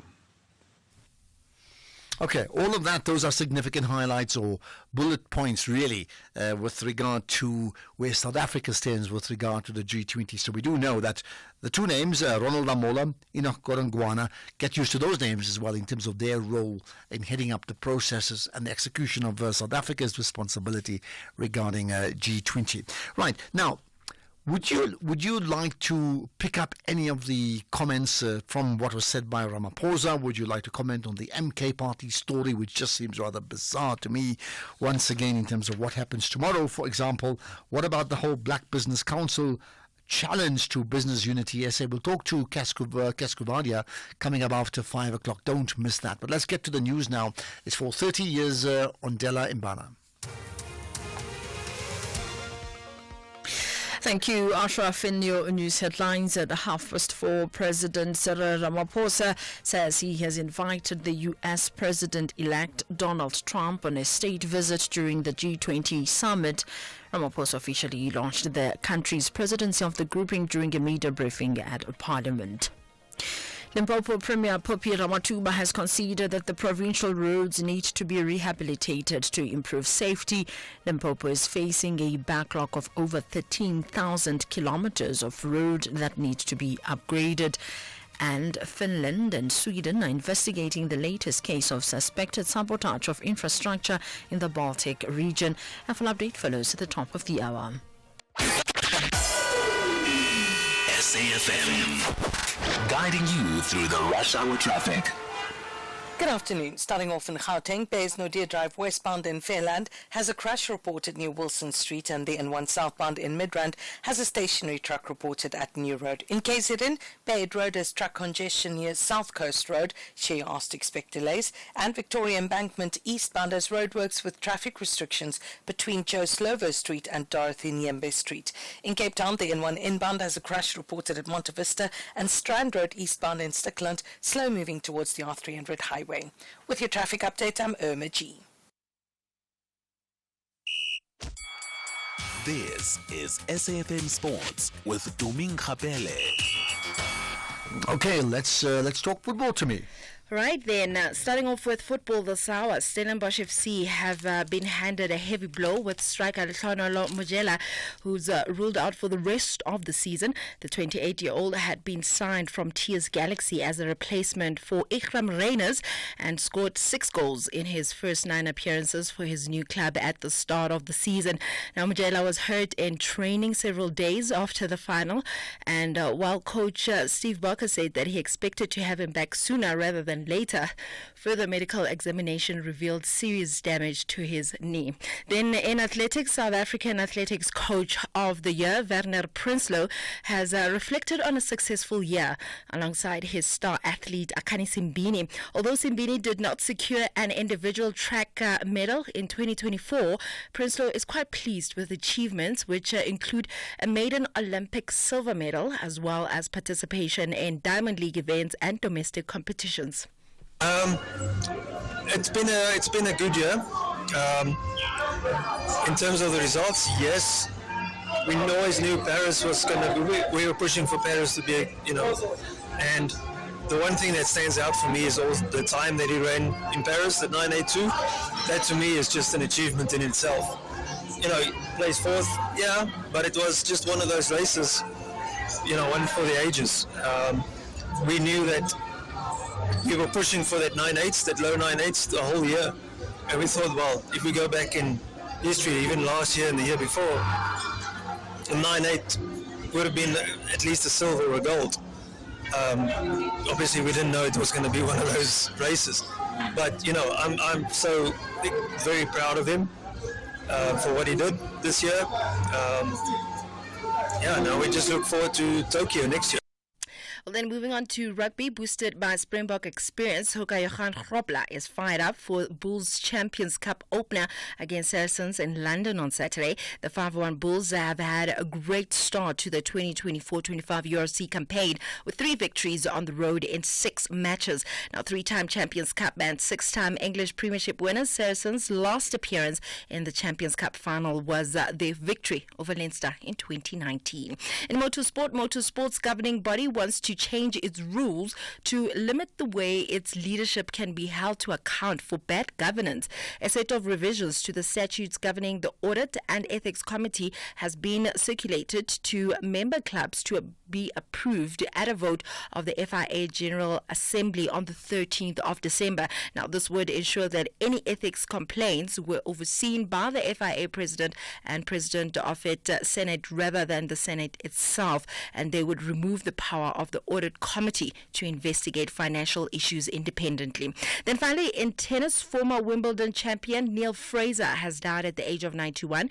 The Australian won the Wimbledon singles title in 1960, as well as the U.S. National Championship in 1951 and 1960, when tennis was still an amateur sport. He also claimed 11 men's doubles and 5 mixed doubles slam titles and became the men's singles world number 1 back in 1951. I was not born as yet, and I don't know, Ashraf. Do you think I was born in that? No, I was not. I'm like almost angry by reply. I'm like, no. Well, with that said, it is a wrap from my side for now.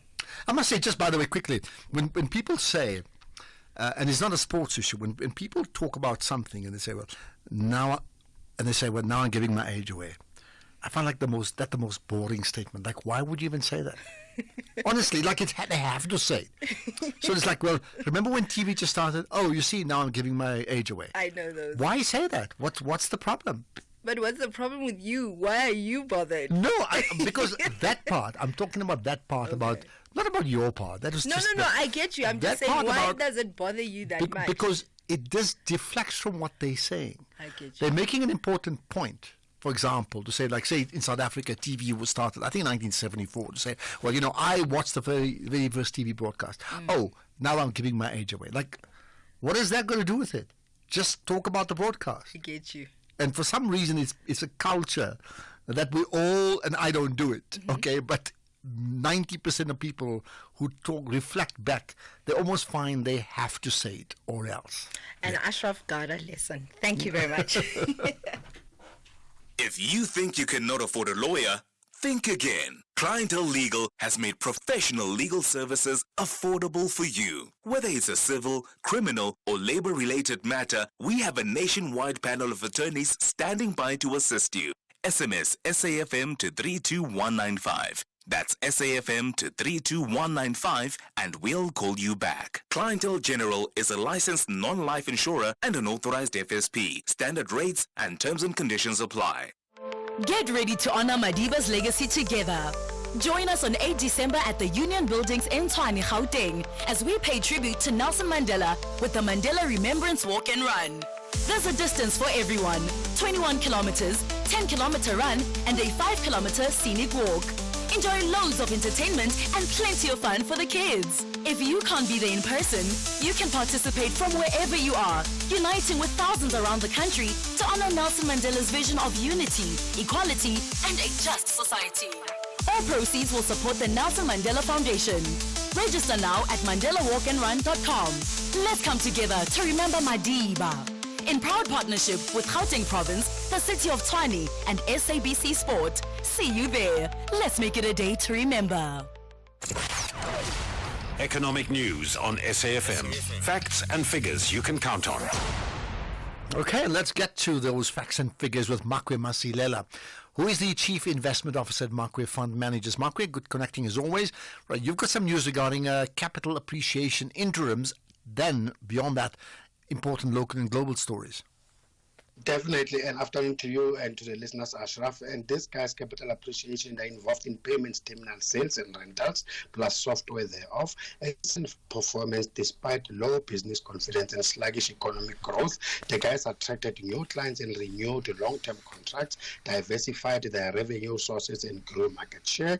And the guys continue to be asset-light business, generating positive cash flows and a marked improvement in demand for their products and services that's post the elections, and revenues up 10%, but profits as headline earnings per share down 8%, and the guys still managed to increase the interim dividend by 5.9%, and the dollar, Ashraf, is attempting to recover some of the lost ground as traders are weighing the outlook for U.S. interest rates. Market participants also monitoring the political turmoil in France as the government is on the brink of collapse, and markets waiting for the mother of all reports, that is the U.S. job numbers on Friday, for clues of interest rate cuts.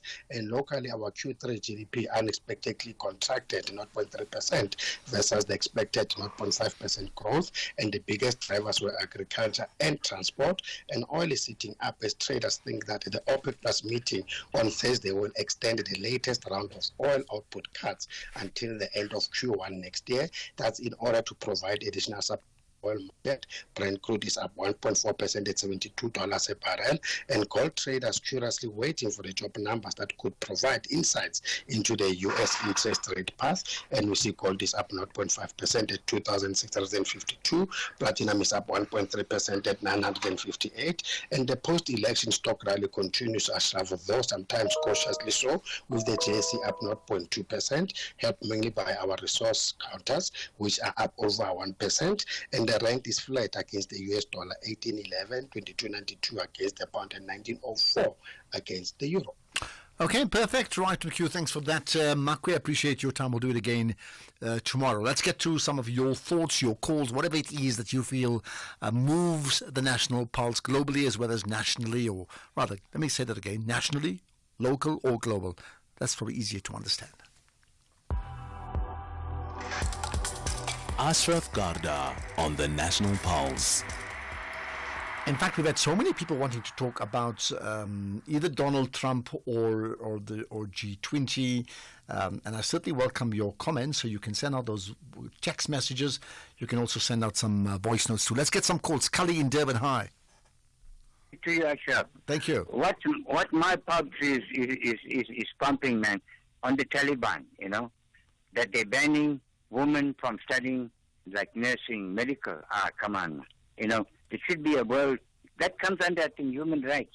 And where is the human rights in the world? Well, I completely agree with you. I mean, I didn't hear the full story, but I heard, because of course when the news is playing, we're very busy hurrying and scurrying with things. But I heard the point about they banned from becoming medical doctors, and I mean, there's no basis for that to happen. Absolutely. Yes, sir. Yeah? That is only my pulse, sir. Okay, well, it's got your pulses racing, Scully in Durban. Right, there's a comment about the MK party. Hi, good afternoon, Ashraf. Ashraf, the lady from Mpumalanga, MK, the one that won the court case, her excitement will be short-lived. Jacob Zuma called the shots. He's a supreme leader of that party. He's going to fire her again. And there's nothing she can do about it. So her now speaking to the media and mention EFF's name and saying Malala and all those things, I think she's just singing for Sapa Shem. She can't help it. She's singing for Sapa. Typical South African politicians. Oh, goodness. I have... Cape Town. Thank you. I have to say, I think you're right. That's just my point to say, they didn't challenge it. They were not there. They said they were not informed. I can't see this, whatever, getting her to work tomorrow and the MK allowing it on the basis of what we've seen already, that every week there are people coming and going in that party. So I wonder. Here's another comment about Donald Trump. Lubio Chengele here from Cape Town, Ashraf. Trump is a howler by nature. G20 countries must just keep quiet and pretend as if he has not said anything and do exactly what is in the need of Africa. That Trump is not a solution to the problem. Instead, is a virus to Africa. It's a virus to Africa. I've never heard that before. He called Africa something else, but he's South Africa, but he's a virus to Africa. Thanks for that call. Well, I think there'll be lots of Trump talk in the next few months. I can assure you of that. Okay, let's get to Brian, who wants to comment about interest rates. Hi, Brian. Hi, Ashraf. What I'd like to speak about is the previous chap that phoned you about Sharia law, and the fact that the West it's a slavery process from the West. But the truth is that he contradicted himself, because if it appears in the Quran, it means that the concept of interest rates preceded the development of the West. So it wasn't the West that developed this as a process of slavery. The taking of interest rates appears in the Old Testament as well, which academics have placed it between 1800 and 2000 years ago, which also wasn't in the West. So it clearly is not a Western idea that's meant to enslave anyone. And it's interesting that the fact that it was an internal contradiction in what he said, whether it is a bias against the West. Well, I mean, I hear you, but I mean, remember, he was not speaking as an economist. I mean, let's just be fair. That's why he couldn't fully explain everything he said, accepting what he said is what many people believe, including, by the way, Thuli Madonsela, as per last night's conversation with her, that there has to be a rethink in terms of the way the world, the economies of the world are at the moment. Whatever we can talk about, the current situation where there's extremes of wealth and poverty just can't be sustainable, because it creates an unhappy world, and an unhappy world is a very, very dangerous world. I mean, that's the point I'm making, Brian. That the economic system certainly could be improved. What I'm saying is that placing it on the shoulders of the West is the invention of interest rates. That's not true. All right, maybe you're right. I mean, you're right. Interest has been around since day one, but I think some may talk about it now because the West is the dominant. Their systems are the dominant systems for now. It may not have been the case 500 years ago, but it certainly is the case now, right? Okay, Brian, thanks for that call. Appreciate that. Right, wherever you may be in the country, in the world, come on. What's your pulse telling you right now? You tell me. America is one of them saying. Good afternoon, Ashraf. George in Bloemfontein. The only people who feel somehow sad with what Donald Trump said are people who are benefiting. The business community, those who are well off, are the only ones who feel that we need to maintain the status quo because they are benefiting. Ordinary individuals on the ground are not benefiting with this arrangement of AGOA and others from America. We are actually in recession, and we are living under the breadline every day of our lives. So if there is any hope that can bring us out of that, let it come. We don't really care about America. Sorry to say. Well, I mean, I'm not a fan of the Americans, but one thing I must say is that you can't deny that the impact of one country has on your life. So when we say, it doesn't affect us, in fact, all of that affects us. So, for example, a Russia-Ukraine war, which ostensibly it could be like, it's none of my business, just for example, right, becomes your business because the fuel rate goes up, for example. And then maybe something similar like, say, Palestine, Israel, whatever your thoughts about it, it's not even about that. It's like it has an effect on every one of us. You have the anniversary, the 5th anniversary of COVID-19 coming up now. It's imminent, I think in the next day or two, right? What happens then in China at that time is like, well, that's not going to bother us.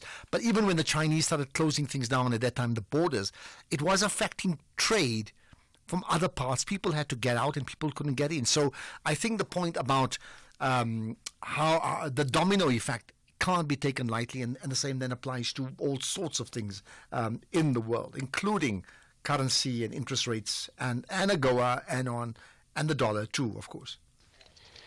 Good afternoon, Ashraf. On interest rates, well, my take is that we can't do away with them. Profit is a way of creating wealth. But the solution, in my opinion, is to lower the inflation target. Low inflation target means low interest rates. Say a 2% inflation target would lower interest rates to something like 3 to 4%.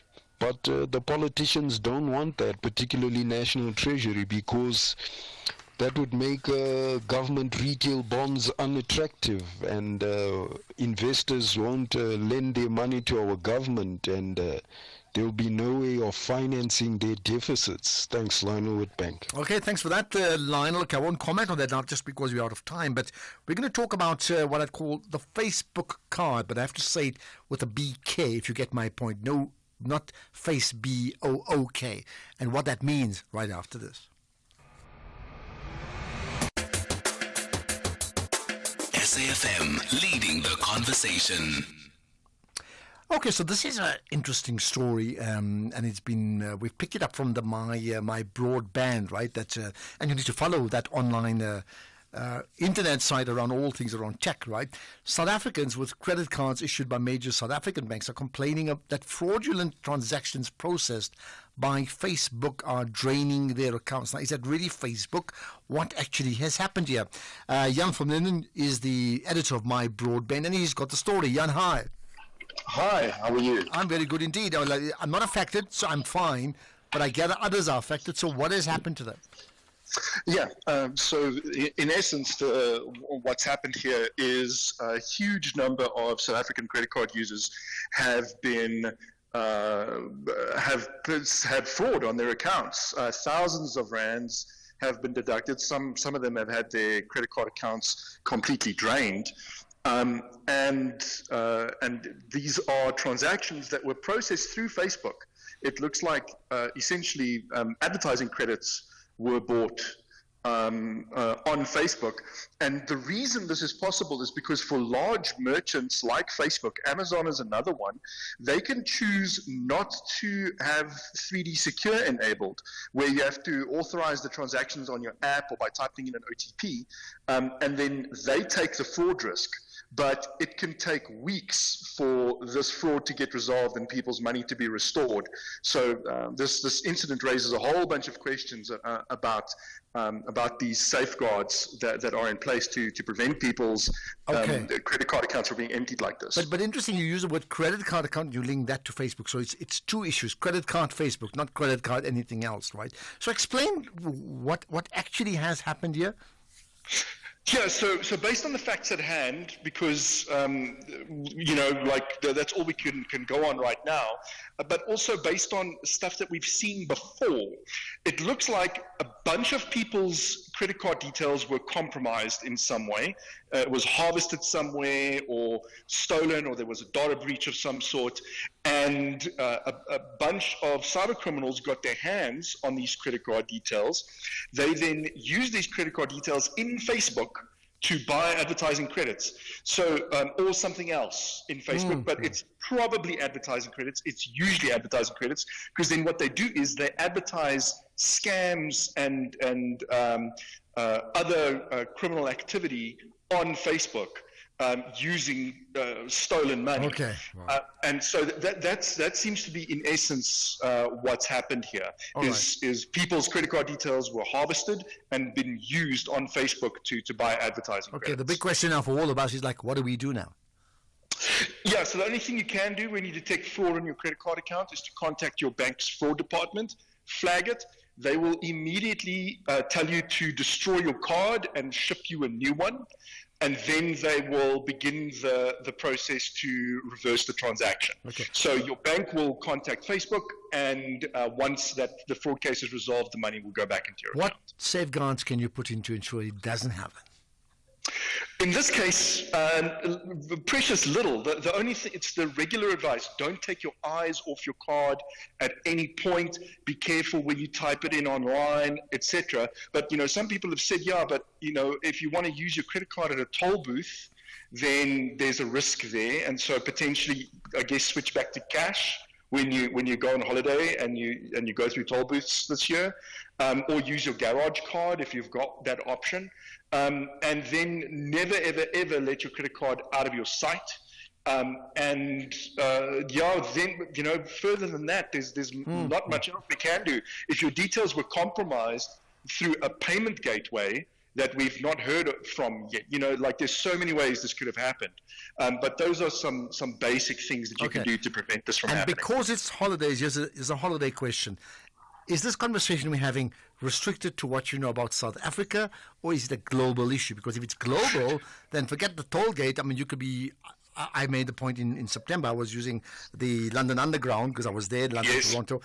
They don't even take their own card. Everything is just card, debit card, credit card. Absolutely. Great question. This is global. I've seen complaints about this as far afield as the Philippines, where credit card customers there are complaining about the exact same thing. And the first time my credit card got skimmed and used for card not present fraud was when I was in America many years ago. And someone had skimmed my card there. So yes, this is not just in South Africa. In fact, this kind of fraud might be more prevalent elsewhere in the world, where credit card security hygiene isn't as good as it is in South Africa. Our chip and pin systems and all that stuff, tap to pay here, is extremely advanced.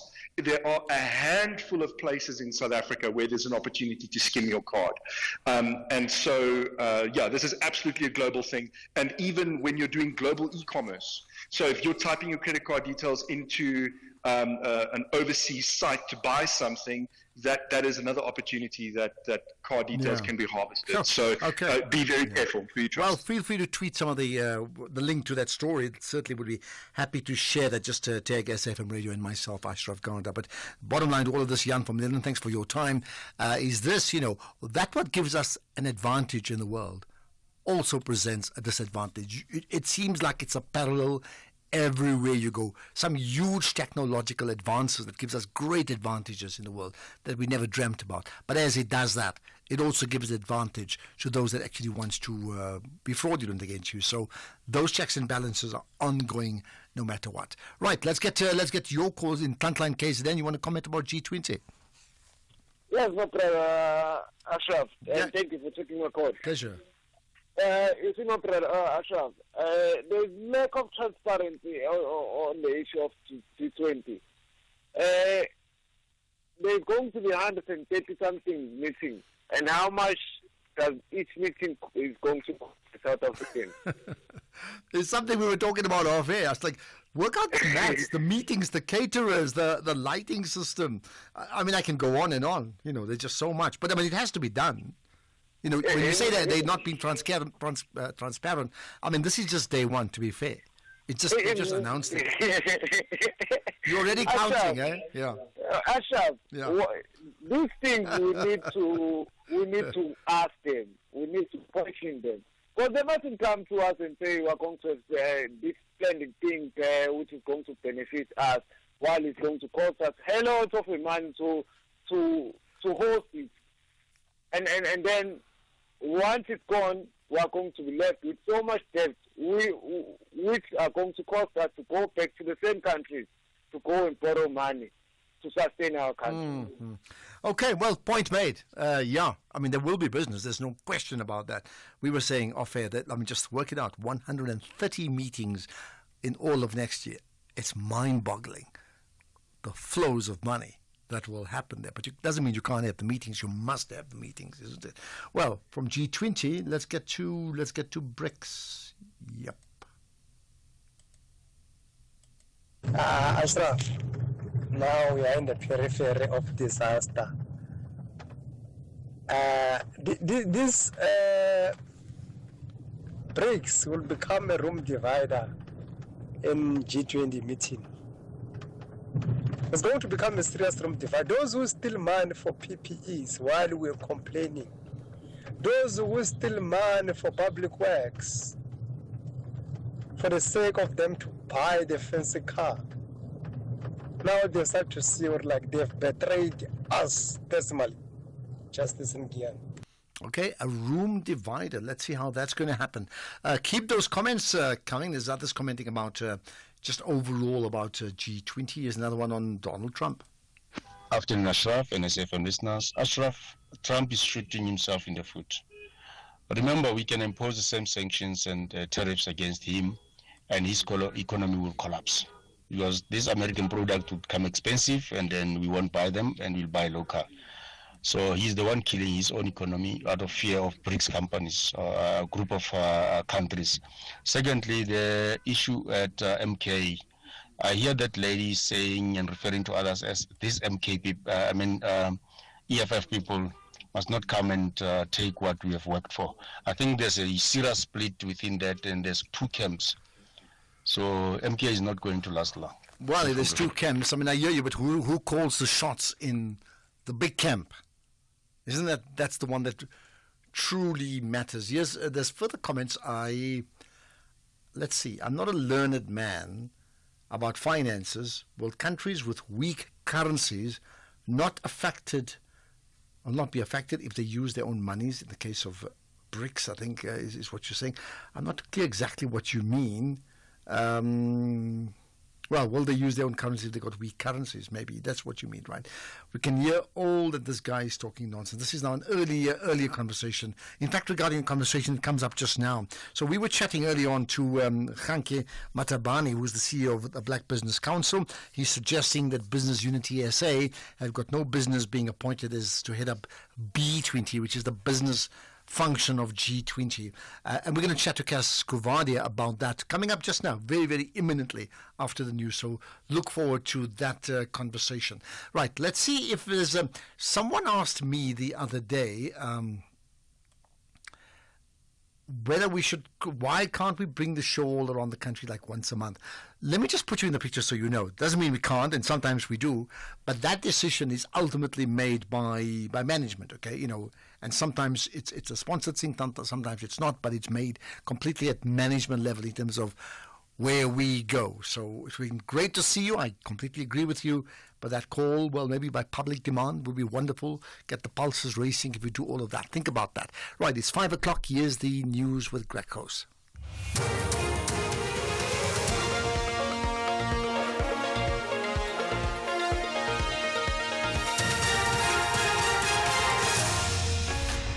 Thank you, Ashraf. In this news update, Ramaphosa invites Trump to South Africa and probe into sabotage of Baltic Sea cables. Good day to you. President Cyril Ramaphosa says he's invited the U.S. President-elect Donald Trump on a state visit during the G20 summit in South Africa next year. He officially launched the country's presidency of the grouping during a media briefing at Parliament. South Africa takes over the year-long rotational presidency from Brazil. Trump recently posted on social platform X that countries belonging to the BRICS formation should give a commitment that the bloc will not establish their own currency in opposition to the US dollar. While not commenting on this, Ramaphosa says he will engage Trump on all kinds of matters, possibly over a round of golf. If he has time, and he has a very busy schedule, and when he can go and hit some balls on the golf course, we will point him in the right direction in one of the beautiful courses that we have. And we might find that there's a lot of competition amongst our golf courses on where President Trump and possibly myself can go and play golf and talk about global matters. Meanwhile, Ramaphosa added that he's not concerned about South Africa's developmental approach to promote the continent and countries in the global south during its G20 presidency being eroded by the US's G20 presidency. What we have found is that there has always been a forward movement as the G20 has had to deal with existential issues that affect various parts of the world. So I'm least concerned about how our own G20 will be seen, and I don't believe that what will have been decided here will be diluted. A fire has ravaged the Manyane Game Reserve near Mahikeng in the northwest, leaving extensive damage in its wake. It's reported the blaze broke out this afternoon and the cause of the fire is still unknown. The resort was under renovation. The project that was started in 2016 was shrouded in controversy when it came to light that 71 million rand was already spent on renovating it and it still wasn't complete. One of the resort workers says they fear they might lose their jobs. To be honest, I'm shattered because from now on we won't be able to have stable jobs like we used to. We have to wait for them to do some investigations and then we'll take it from there. From now on, December, we won't be working up until they give us feedback. The KwaZulu-Natal Transport MEC Sibonisa Duma says government will not be bullied by taxi associations. This is a strike by the Durban Long Distance Taxi Association over permits and the impounding of taxis has entered its 5th day. Duma says he'll meet with the association on Thursday. We want to come with a computer system where we are showing that how many permits we have that has not been collected. Name and shame those, because I think it has come to that time. I've already highlighted that those, let's for instance, Umakanya has 20 taxis. He's going to go and buy a taxi without a permit and is going to bully other routes, what we call tukudla imzila. It's something that we must avoid, something that we are always on spot when it comes to it. So I think that's a problem, and it's something that the department is always going to ensure that it does not happen. Otherwise we'll have a taxi violence. The Limpopo Premier Popira Matuba has conceded that the province's roads need to be rehabilitated to improve safety. The province is facing a backlog of over 13,000 kilometres of road that need to be upgraded. The MEC's launched the Festive Road Safety Campaign outside Bella Bella. I'm the first person to admit that our roads have got challenges and they require intervention, and we're working on the intervention, but that doesn't give you as a driver to leave your responsibility of, you stopped me when I was explaining to you that I met a pilot who told me that the reason why he has flown more than 500,000 people and has never killed a single one is because before he starts flying, he check his plane.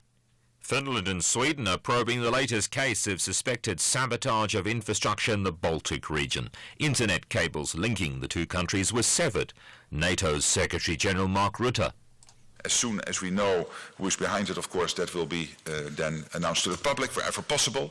But more importantly is that we have set up systems within NATO to make sure that we can protect those cable systems. So we will take stock tomorrow on all of this, decide on the next steps.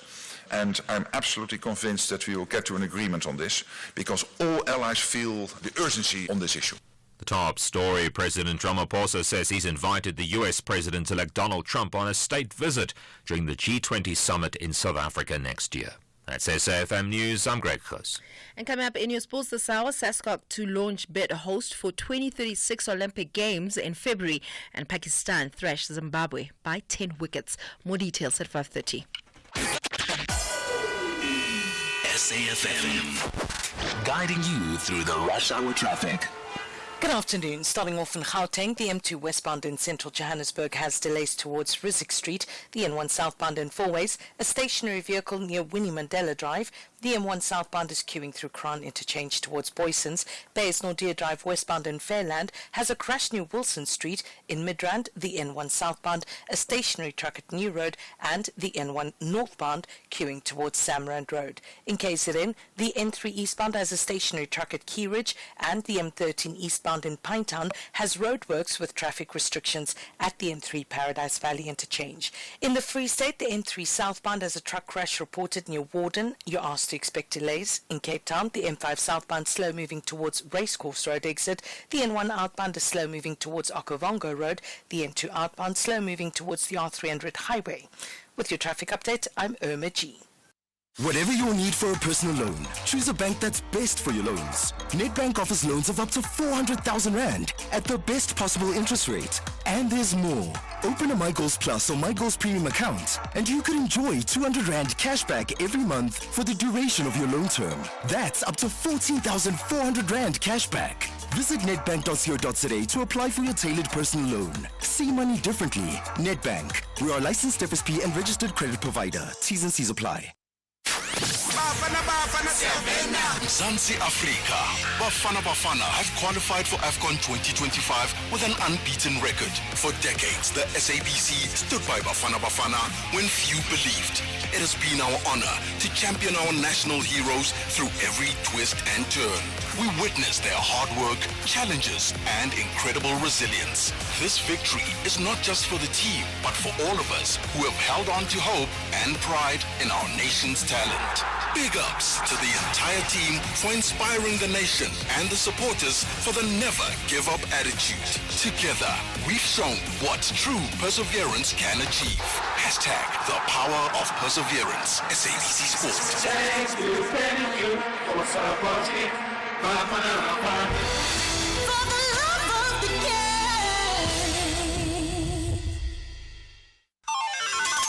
Get ready to win big this holiday season with SAFM. Text Christmas to 41391 to stand a chance to win one of 12 amazing mystery prizes. SMS lines open on the 29th of November and close on the 24th of December 2024. Winners will be announced between the 26th and the 31st of December. Each SMS costs R1.50, so hurry up and send your entries now. Terms and conditions apply. Get into the festive spirit and win big with SAFM this Christmas.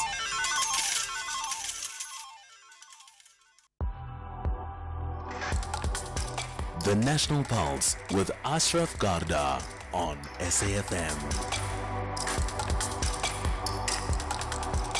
You're listening to the National Pulse, weekdays 3 to 6 p.m. So I'm just imagining, as we've just heard, President Ramaphosa inviting Donald Trump not just to come to South Africa, but to play a round of golf as well. And in between trying to get the ball to putt and get it into the holes, what sort of conversations would they be having? And I'm leaving it to you. I mean, if it was left to you, come on, just think differently. What would you like South Africa's president to ask the then American president about when they have a chat during holes at the golf course? Should he bring up some of the tweets? Should he bring up something else? What do you think they should be talking about? I'd love to know.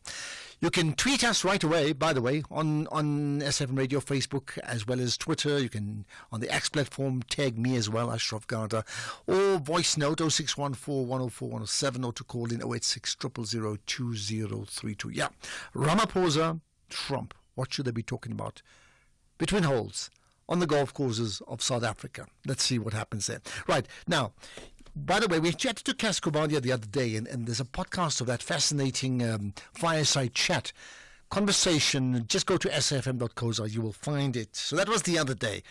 Today is a different conversation we're having, because earlier on we chatted to the CEO of the Black Business Council, that's Khanki Matabane.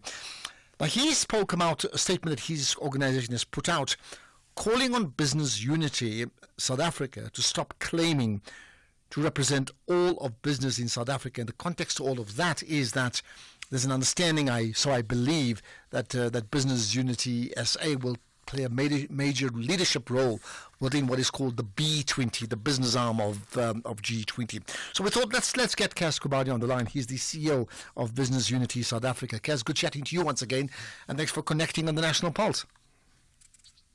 Pleasure, Ashraf. Thank How you. are you? I'm very good indeed. So let's get to first things first here. I mean, the point about coming from Black Business Council issuing a statement, what do you feel about the fact that they had to issue a statement effectively suggesting that, you guys can't go it alone and you shouldn't? Well, I don't know why they had to issue a statement. I mean, we've been talking to the Black Business Council. They've got a document from us that talks to the structures of the B20. We've asked them to identify people who can participate in the various task forces of the B20. So we're going to ask them why they decided to issue the statement. The bottom line is that BUSA has been involved in the B20 since about 4 years ago. Mm-hmm. When Indonesia hosted the B20, I was a co-chair on one of the task forces. When India hosted it, I was a co-chair on one of the task forces. We were involved. Last year in Brazil, we were very involved, and we took it upon ourselves because we are absolutely serious about South Africa hosting an excellent B20, because it's an opportunity to put our country on the map, to show that we're open for investment, and to actually engage with some of the biggest economies in the world. And so we took it upon ourselves to engage with our counterparts in Brazil and started talking to them about what it means, what they're doing, and what we need to do to actually make this thing happen. We've been also talking to our government, by the way, to the the three critical departments as well as the presidency. And so, our whole goal is to say we are hosting this thing not because we represent all of business, but because we are the biggest business organization in the country. Okay, so let me just put you on pause for the moment, because in my conversation with Khanki Matabane, speaking on behalf of the Black Business Council, he spoke about the two effectively business arms in South Africa. This is what he said. In other countries, there's only one confederation of business associations. But because of the history in South Africa, we've got two business associations that are confederations. One is the Black Business Council. The second one is Business Unity South Africa. So how we work with others, for example, at the BRICS, because we were speaking about BRICS, I think I thought let me talk about BRICS. So we've got the BRICS Business Council. In the BRICS Business Council, we've got 5 members who are representing the country. And in the 5 members, 2 are from BUSA, 2 are from the BBC, and 1 is independent. So there should be a similar structure for B20 because BUSA does not represent us. It does not represent all of business. It represents even a fraction of the JSE listed companies. It does not represent a lot of businesses in other provinces.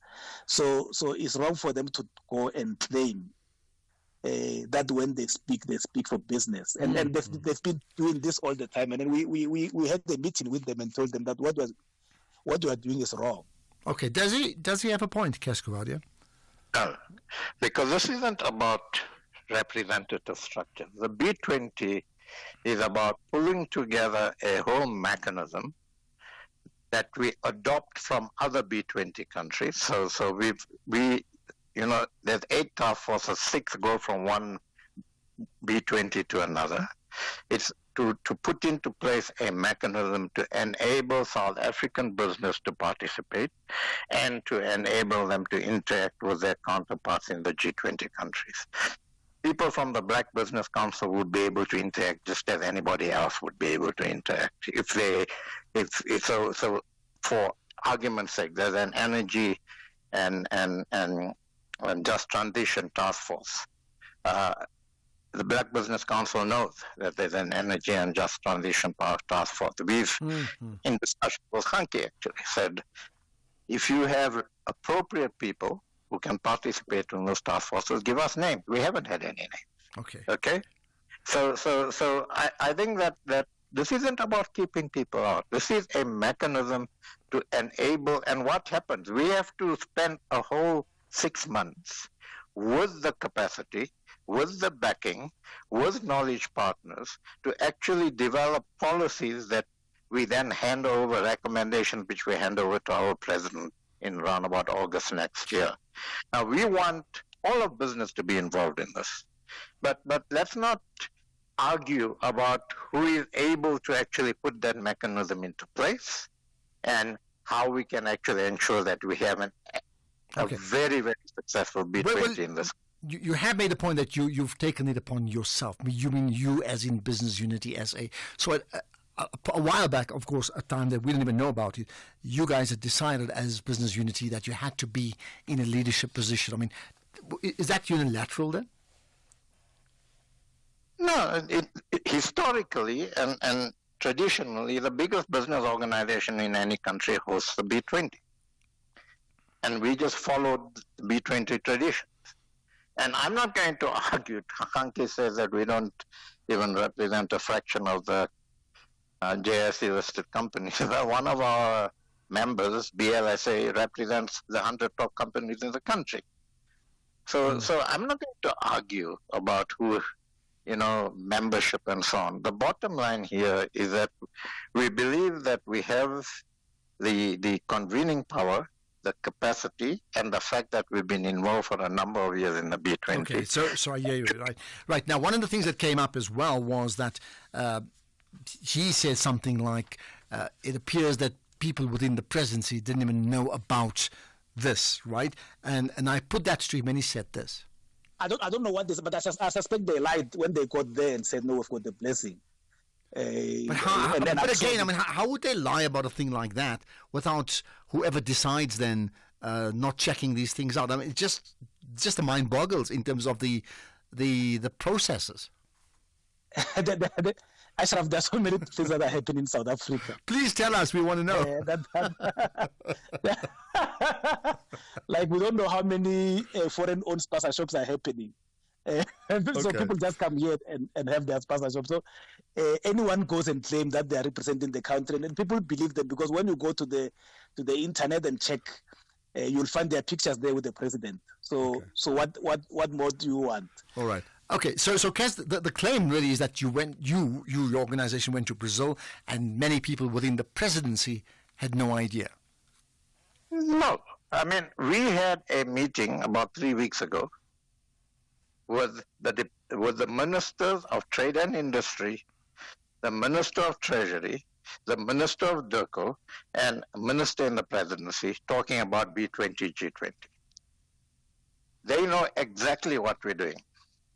DTIC was with us in São Paulo in Brazil. They were there. Okay, so we didn't go anywhere suggesting that we've got the blessing of the BBC. We didn't ask for the blessing of the BBC or anybody else. Why should we go to the president and say we've got the blessing of the BBC? We didn't ask for their blessing. I think the difference was more that the implication was you went even without the blessings of the presidency, which I said in my comment. I find that would be bizarre. It really would. No, but we've been interacting with government through DIRCO and their DG, through the Treasury's DG. We've met Minister Parks Tau. They all know that we are running with the B20. Okay? We all know government is running with the G20. We've also discussed how we're going to coordinate with each other. So it's just not correct that government is not aware. Well, it's a point that I made, okay? All right. And as BUSA and as business that we represent, I don't need the government's permission for me to go to Brazil, São Paulo, for a B20 summit. Not a G20 summit, a B20 summit.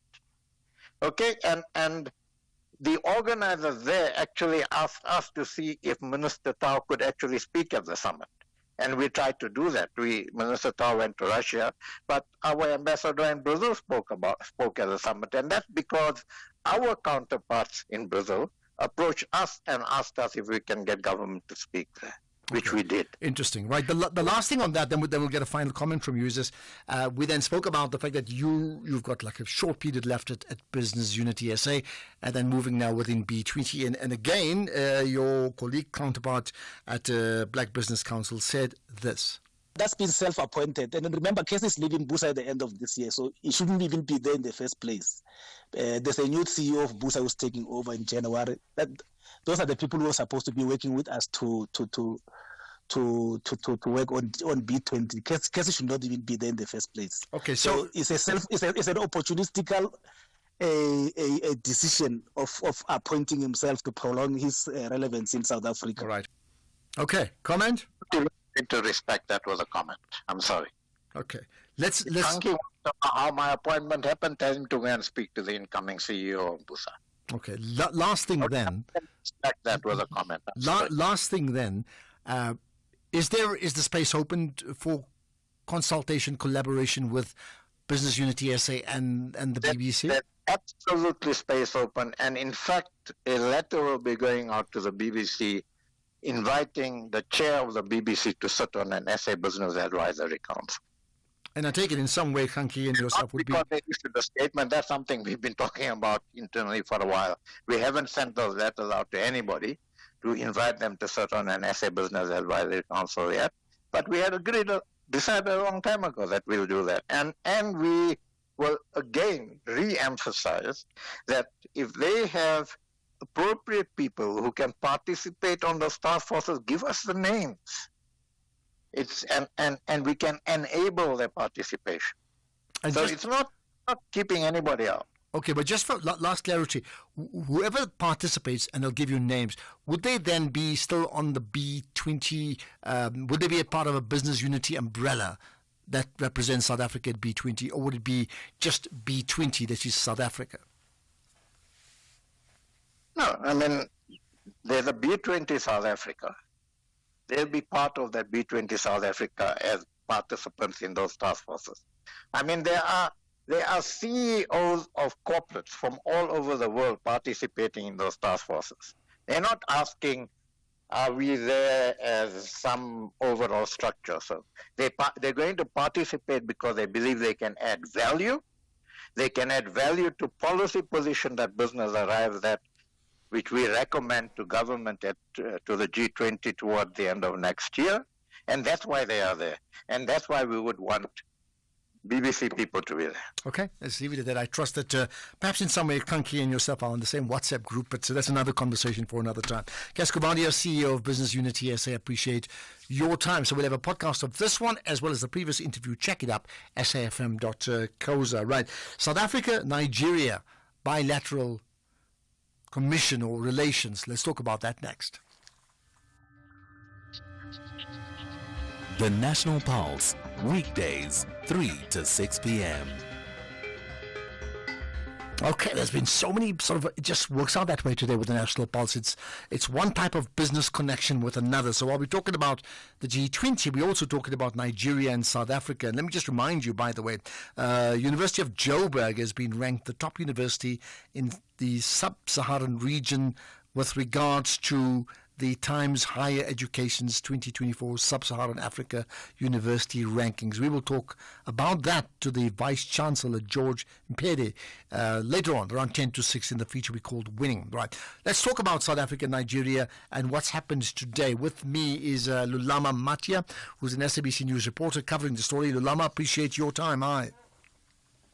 Thanks, Ashraf, and good afternoon to SAFM listeners. Thank you. I was watching some of the footage on television. I'm saying, I need to be there, but of course you're in the lucky position you were there. So what can you tell us about it?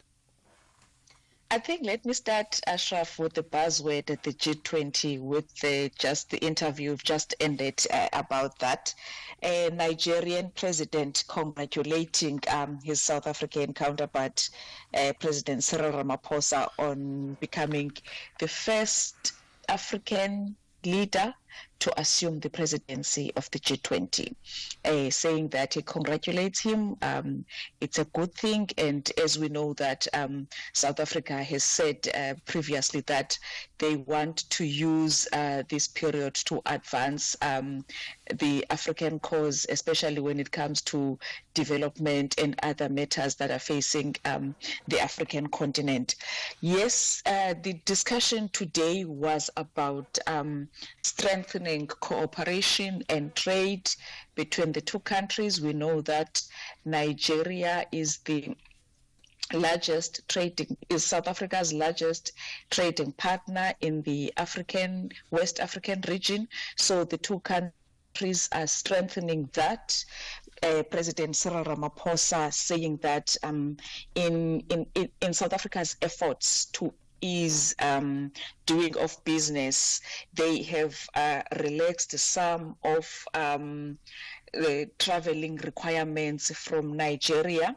He's told the media briefing there that they want to enable investors to operate and trade, Nigerian investors to operate and trade in South Africa, and loosening some of the traveling requirements going forward. He's saying that Nigerian business people who wants to travel to South Africa, those who are qualifying, can be granted a 5-year multiple entry visa in the country. In addition to that, tourists from Nigeria are now able to apply for a visa without submitting a passport. So those are some of the key issues, Ashraf, that came out in order to strengthening cooperation and trade between the two countries. And they're two important countries. They, not just economically, but sort of geopolitically as well. But sometimes they've been seen as adversaries, even if not even on the political fronts, even on the sporting front. Do you get a sense that, outside some of the more trivial things, the reality is that these are countries who are committed to growing their regions and interdependence with each other for the benefit of each other and the entire continent? Yes, indeed. You can even see the spirit of the meeting between the two heads of state as well as various ministers leading in various portfolios. You can see that it's these African giants who are for the advancement and the development of the African continent, because we're talking about two countries which are competing in the spot of being the economic hub of the African continent. So it was that meeting where you could see that these two heads of state, they respect each other. We know that, Ashraf, that the relations between South Africa and Nigeria this year, it was marking 30 years of it being in existence. So it's strengthening that, looking forward to another years of working together, but now looking at easing off and removing constraints, because in as much as Nigeria is South Africa's largest partner in the Western African region, there are still bottlenecks and constraints in doing business. So now going forward, they want to do it as smoothly as possible without the constraints.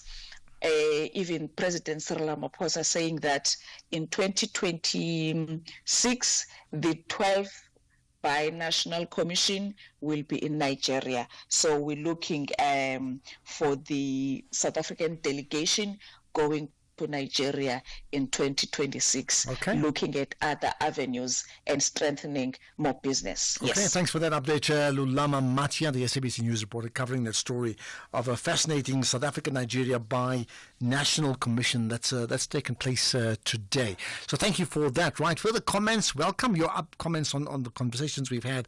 I think certainly the latest one regarding the Black Business Council, as well as Business Unity SA, and what each one is saying, or the leadership of each one is saying about each other. What do you make of it?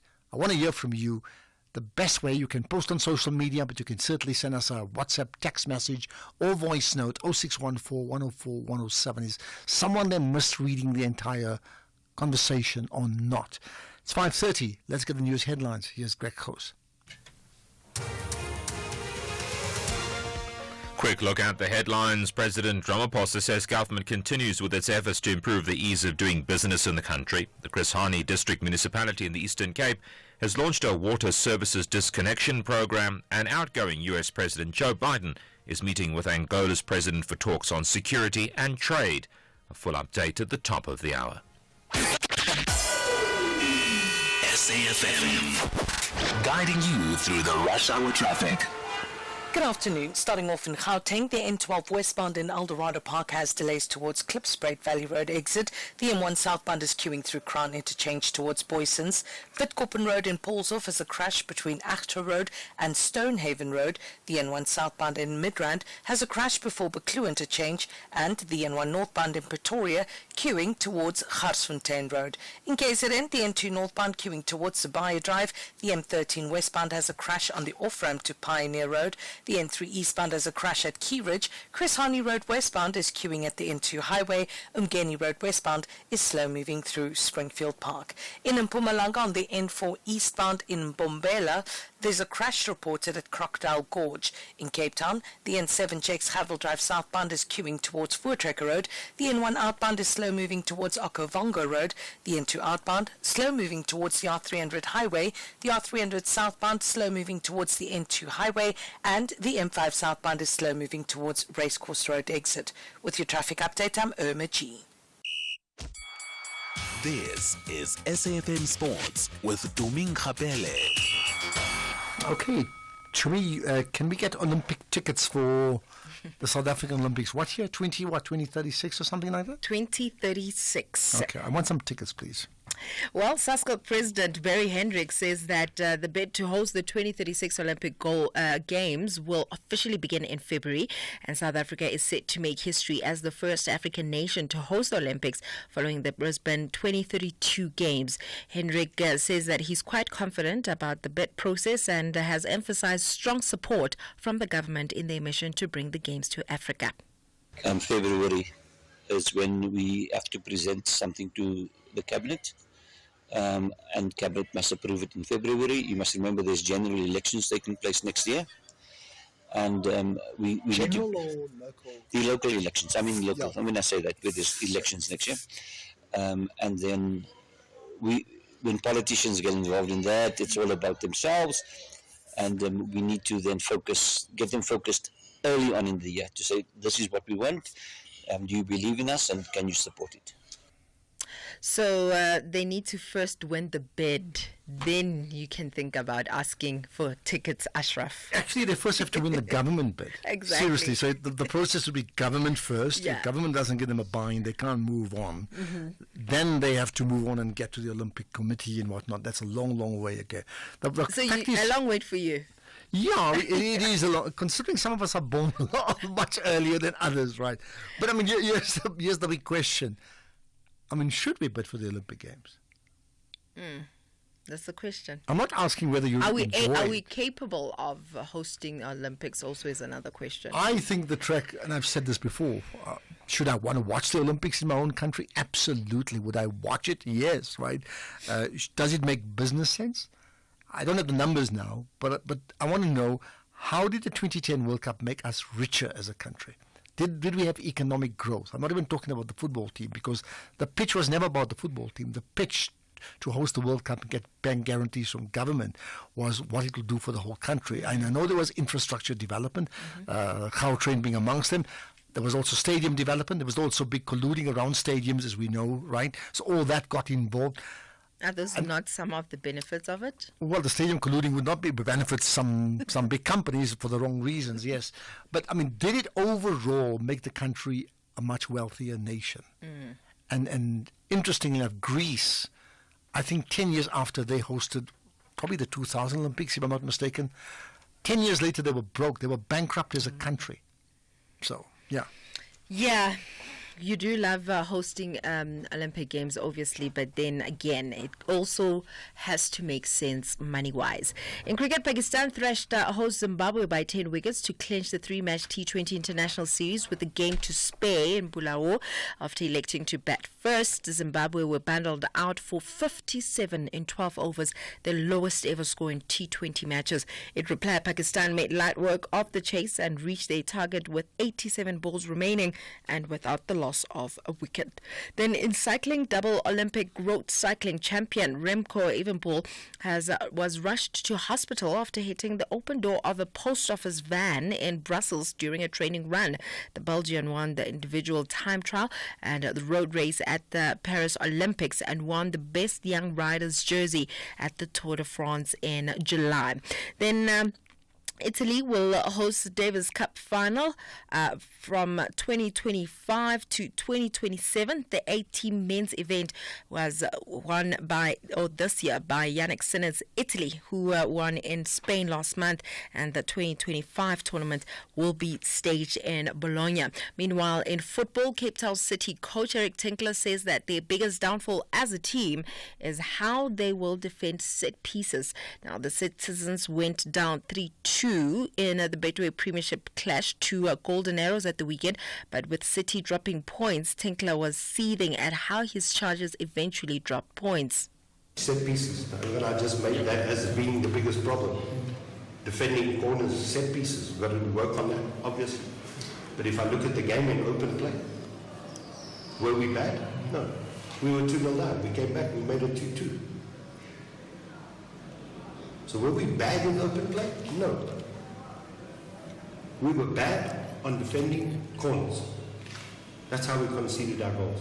So now we must go and fix that.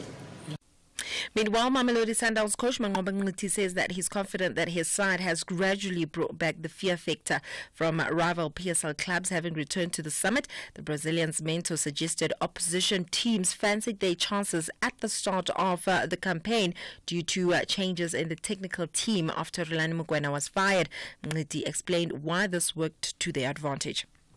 I think the team is playing well. I don't think I'm looking at this thing the wrong way. It's just that sometimes in our country we don't even watch football. We wait for the result, and the result then If it's positive, it means it's a good performance. If it's negative, it's a bad performance. But personally, I think the team is playing well. And it's strange because when I was talking to the team beginning of the season, I said, because of all the commotion and everything that was surrounding the team, we will benefit a lot from being disrespected. And that is what led to us scoring so many goals, because most teams would think they can go pound for pound and open themselves up, and we punish them. Well, with that said, it is a wrap from my side. More on other sports tomorrow. Okay, and just one last thought about the Olympic Games. I know it's not the Olympics, it's FIFA football. There's a huge move within football for one country not to host the World Cup because of the big cost factors. So they're splitting it between 2-3. I think the one in USA, Canada, Mexico. So whereas the Olympic Games still puts emphasis not just one country but one city. Although it's in one city, it has to be bankrolled by a whole country. Just something to consider. So, I mean, if someone has the economics of hosting a Olympic Games that makes economic sense as opposed to emotional sense, I want to be convinced. I'll leave it to you to think about it and tell me tomorrow. All right, then. I'll be back tomorrow. The English are targeting a magnificent day on the pitch, but the Proteas want to send a strong reminder that the Diamond Oval is their home ground. What is summer without cricket? This is the One Day International Series, where summer cricket comes alive. Catch the exhilarating women's first ODI contest, South Africa versus England, this Wednesday 4 December at 13:14. Live at your fingertips on SABC Plus and Radio 2000, with reports on various SABC radio stations. Proudly brought to you by SABC Sport. For the love of the game. Constipation got you down?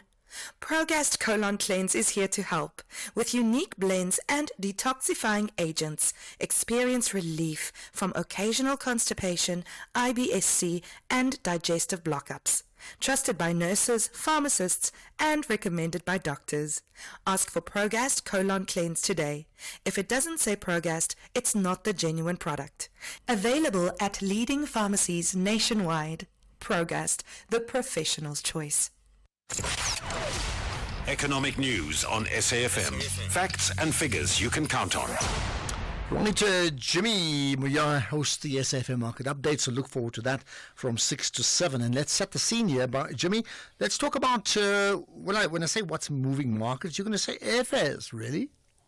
Good evening, Ashraf. Good evening to the listeners. Yes, airfares. Airfares are so high that even parliamentarians are complaining. You spoke a little earlier to Mzwandile Masina, who is with the Department of Trade, Industry and Cooperation, and it seems that portfolio committee has requested that the Competition Commission, so that is the portfolio committee for trade and industry, has requested the Competition Commission look into the exorbitant air flight or airfare prices of SA flights, because they're looking at bunch of the operators locally and saying that things just look a little too expensive. So we're going to speak to a legal expert around that, particularly focused on competition law, and try and unpack what a probe like this would potentially result in as an outcome, and what it could potentially mean for you and I as those that are paying those exorbitant airfares.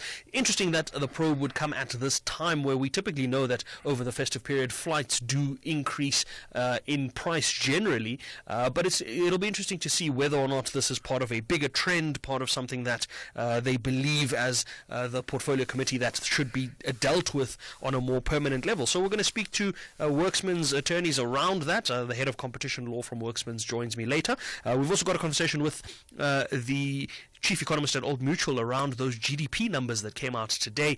Shocking numbers there from the agricultural sector, everything else kind of seemingly moderate. There were some interesting things that came out of the GDP print for the third quarter. We're going to look at that and see what it means for the overall GDP picture, and whether or not we're still going to achieve growth for the 2024 year, or whether we're now looking at a potential contraction for the 2024 year.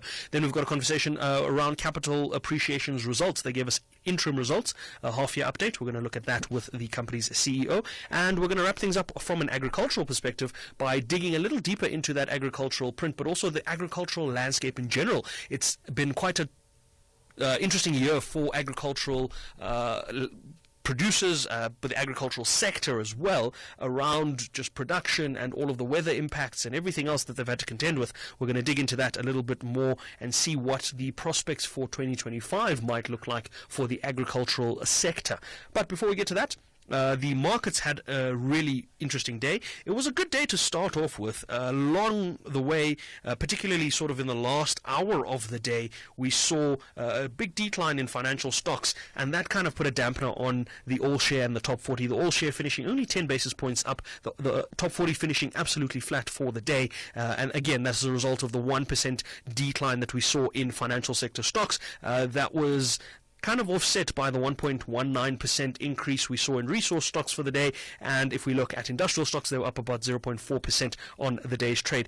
Asian markets that would have been trading a little earlier, they were all in the green for once. The Nikkei, the biggest of the gainers, they're almost 2% up. The Hong Kong Hang Seng was up about 0.75%. The Sydney ASX 0.5% in the green. Mainland China 0.4% in the green. European markets also in the green. The CAC 40, the lagger there, only 7 basis points in the green, whilst the FTSE 100 in London was up 0.2%. US markets at the moment are flat to marginally green, depending on which one you're looking at. It's about 10 basis points in the green on the Nasdaq, around 6 basis points in the red to the S&P 500. So those markets are obviously going to trade later into the evening. If we look at commodities pricing, gold $2,638 an ounce, kind of flat, 0.1% in the green there. Brent crude $72.69 a barrel, looking even better than where it was. This does not help us though, because we are still expecting a fuel price increase at midnight tonight. It's time to fill up if you haven't done that already. We're looking at platinum pricing, that's $957, palladium $984, both still below $1,000, not really wanting to move along. If we look at the rand, $1 US will cost you 18 Rand and 12 cents, 1 British pound, 22 Rand and 92 cents, below 23 Rand once again, and 1 euro slightly above 19 Rand, 19 Rand and 3 cents, 1 Australian dollar, 11 Rand and 72 cents, 1 Bitcoin, $95,829. We have not yet hit a 2 million Rand mark on Bitcoin. We're at about 1.737 million Rand on that Bitcoin price. We'll be back a little later on, but for now, Ashraf, back to you. Okay, and just before I let you go, quick your soundbite answer to what is WACC? WACC. It is the weighted average cost of capital. In simple terms, it is a combination of all of the costs of capitals that a business would typically employ, whether it be debt capital, cost of equity capital, and you kind of figure out how much that is going to cost you to obtain as a business. So when you look at the weighted average cost of capital, you're typically looking at that to figure out the level of risk that is associated with a firm's operation. So the higher the weighted cost of capital kind of tells you that whoever's funding that business or financing that business views it at a higher risk or is expected to earn a lot more on the capital they give to that business, and therefore that business itself might be quite an expensive business to finance or to fund. Of course, because it is a weighted average cost, it does take into account both the equity capital put in as well as the debt capital put in. Okay, got all of that, and of course you'll talk a lot more about the markets and other forms of business on your show 6 to 7 this evening. Thanks for that, Jimmy. Right, let's get some of your calls after this. Get ready to honor Madiba's legacy together. Join us on 8 December at the Union Buildings in Tshwane, Gauteng, as we pay tribute to Nelson Mandela with the Mandela Remembrance Walk and Run. There's a distance for everyone, 21 kilometers, 10-kilometer run, and a 5-kilometer scenic walk.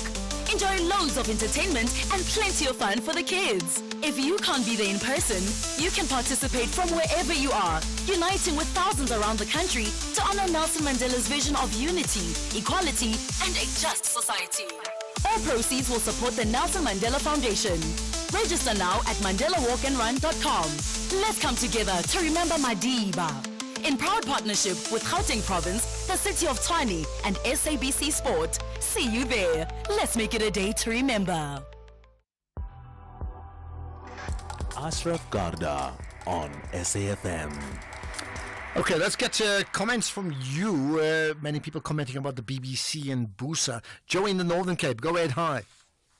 Hi, Ashraf. You know, I can't comprehend what the reason is for you not to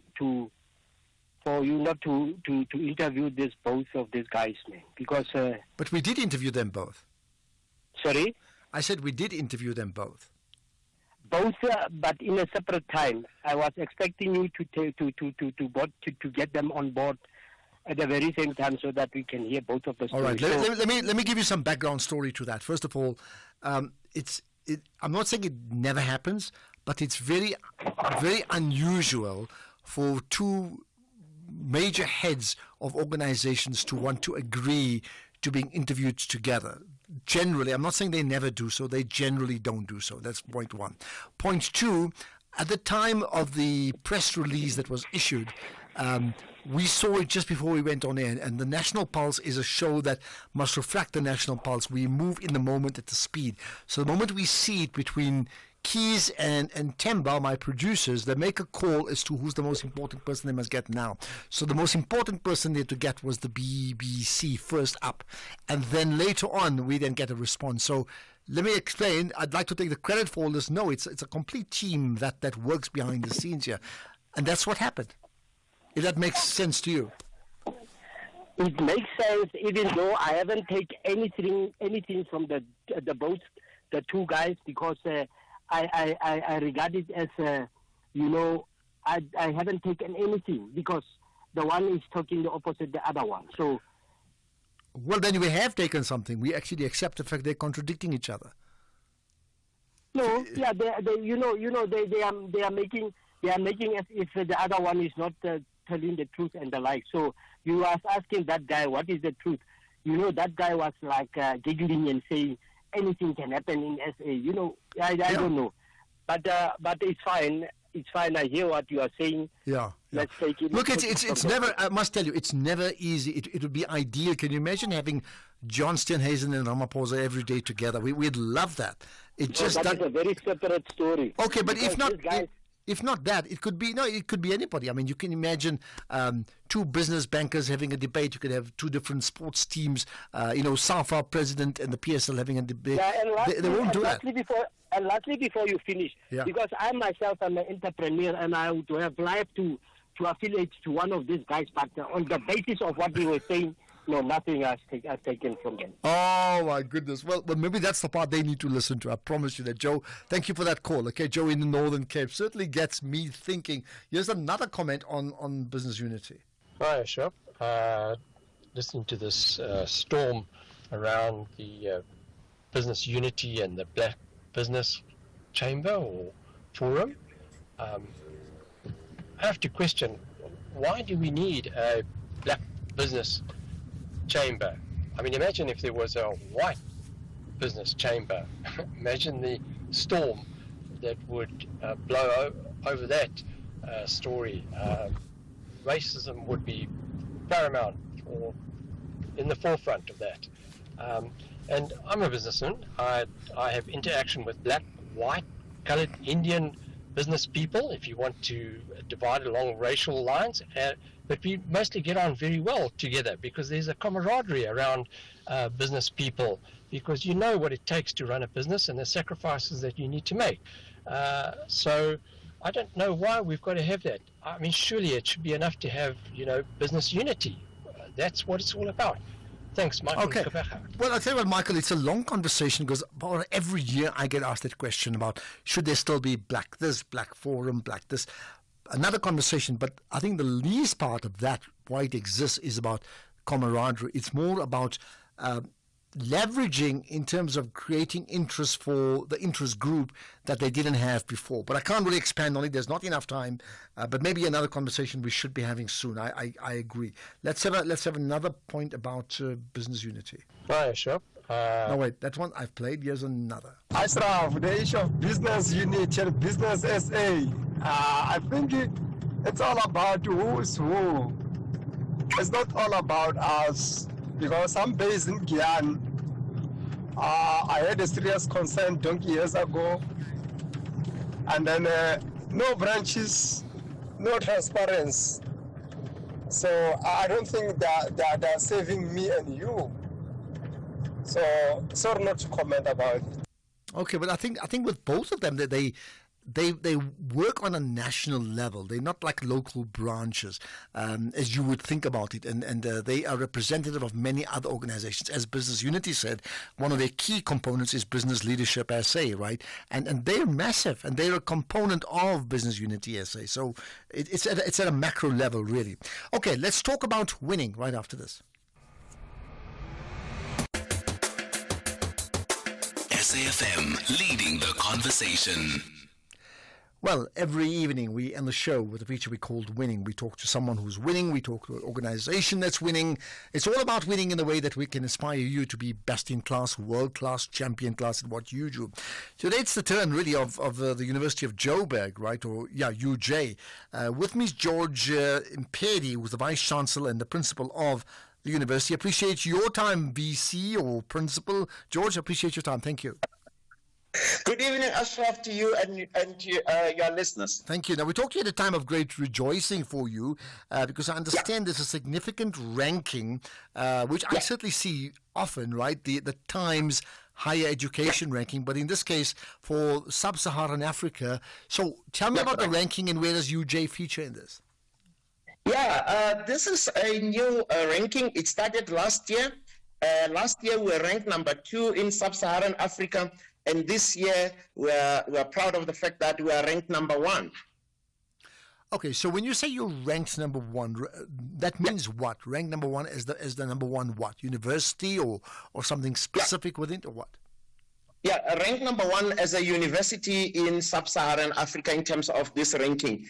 For the listener that may not know, this ranking assesses a number of areas: resource and finance, access and fairness, student engagement, ethical leadership, and of course, our impact on the African continent. So the ranking is based on this, and we came number 1. Okay, now that is significant because I think for a long time, when it comes to Southern Africa, or in fact, Sub-Saharan Africa, in fact, the entire continent, South Africa, UJ lagged behind UCT and Wits University, right? So there's a significant shift that's taken place.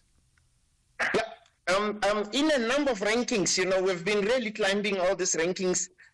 This is not the only ranking where we are ranked number 1. For example, the Times Higher Education Young University Ranking, which ranks universities that are under 50 years of age, we are ranked number 1 in South Africa and on the African continent.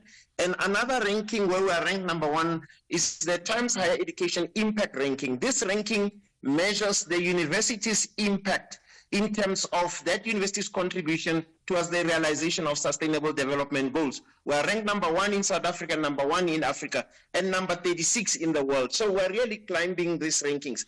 And other rankings, we are ranked in the top 5. And I say, number 1 spot, here we come. Okay. Why do you think that you're being ranked so high? Meaning, what has happened? What is happening to UJ? Look, as a university, we are not basking on our former glory. We are working really hard every day. We invest resources in ensuring that we offer quality education to our students. We invest the resources in ensuring that, our researchers can do cutting-edge research.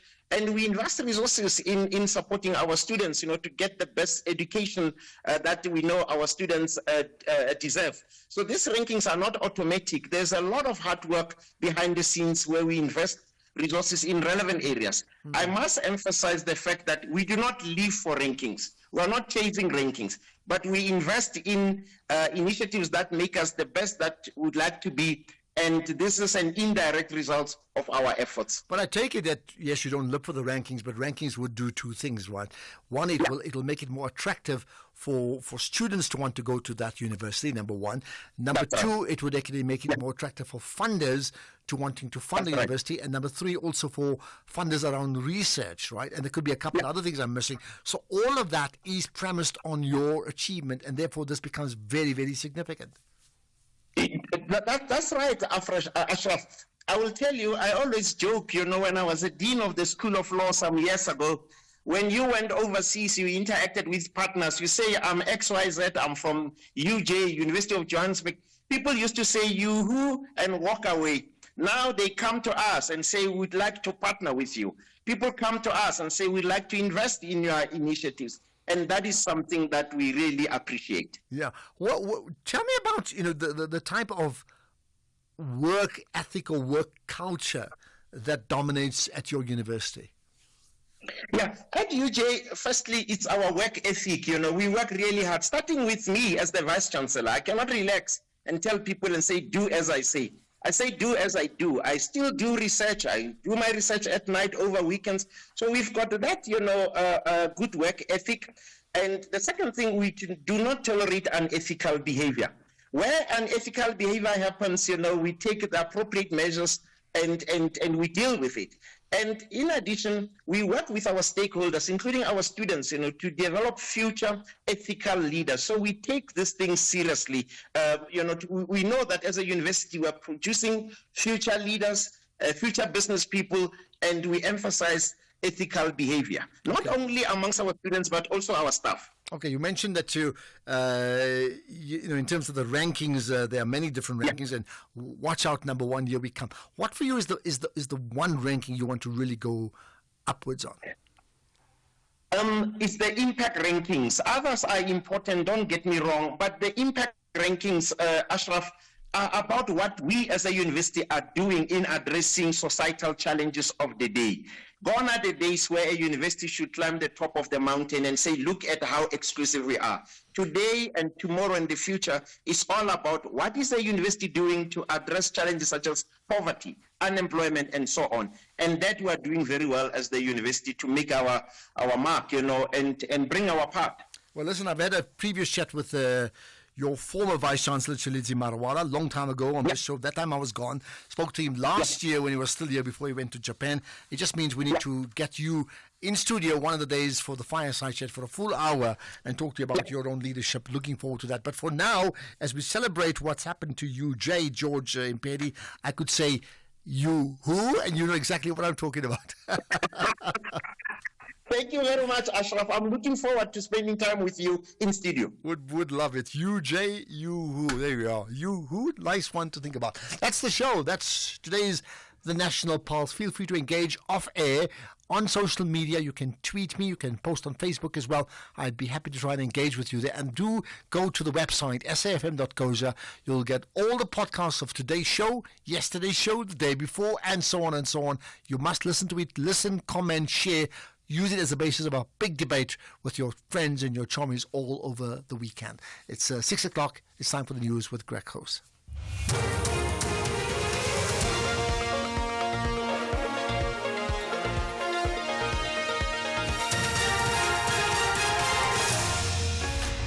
Thank you again, Ashraf. Enjoy the rest of your evening. In this news update, Ramaphosa opens Binational Commission with Nigeria and marking International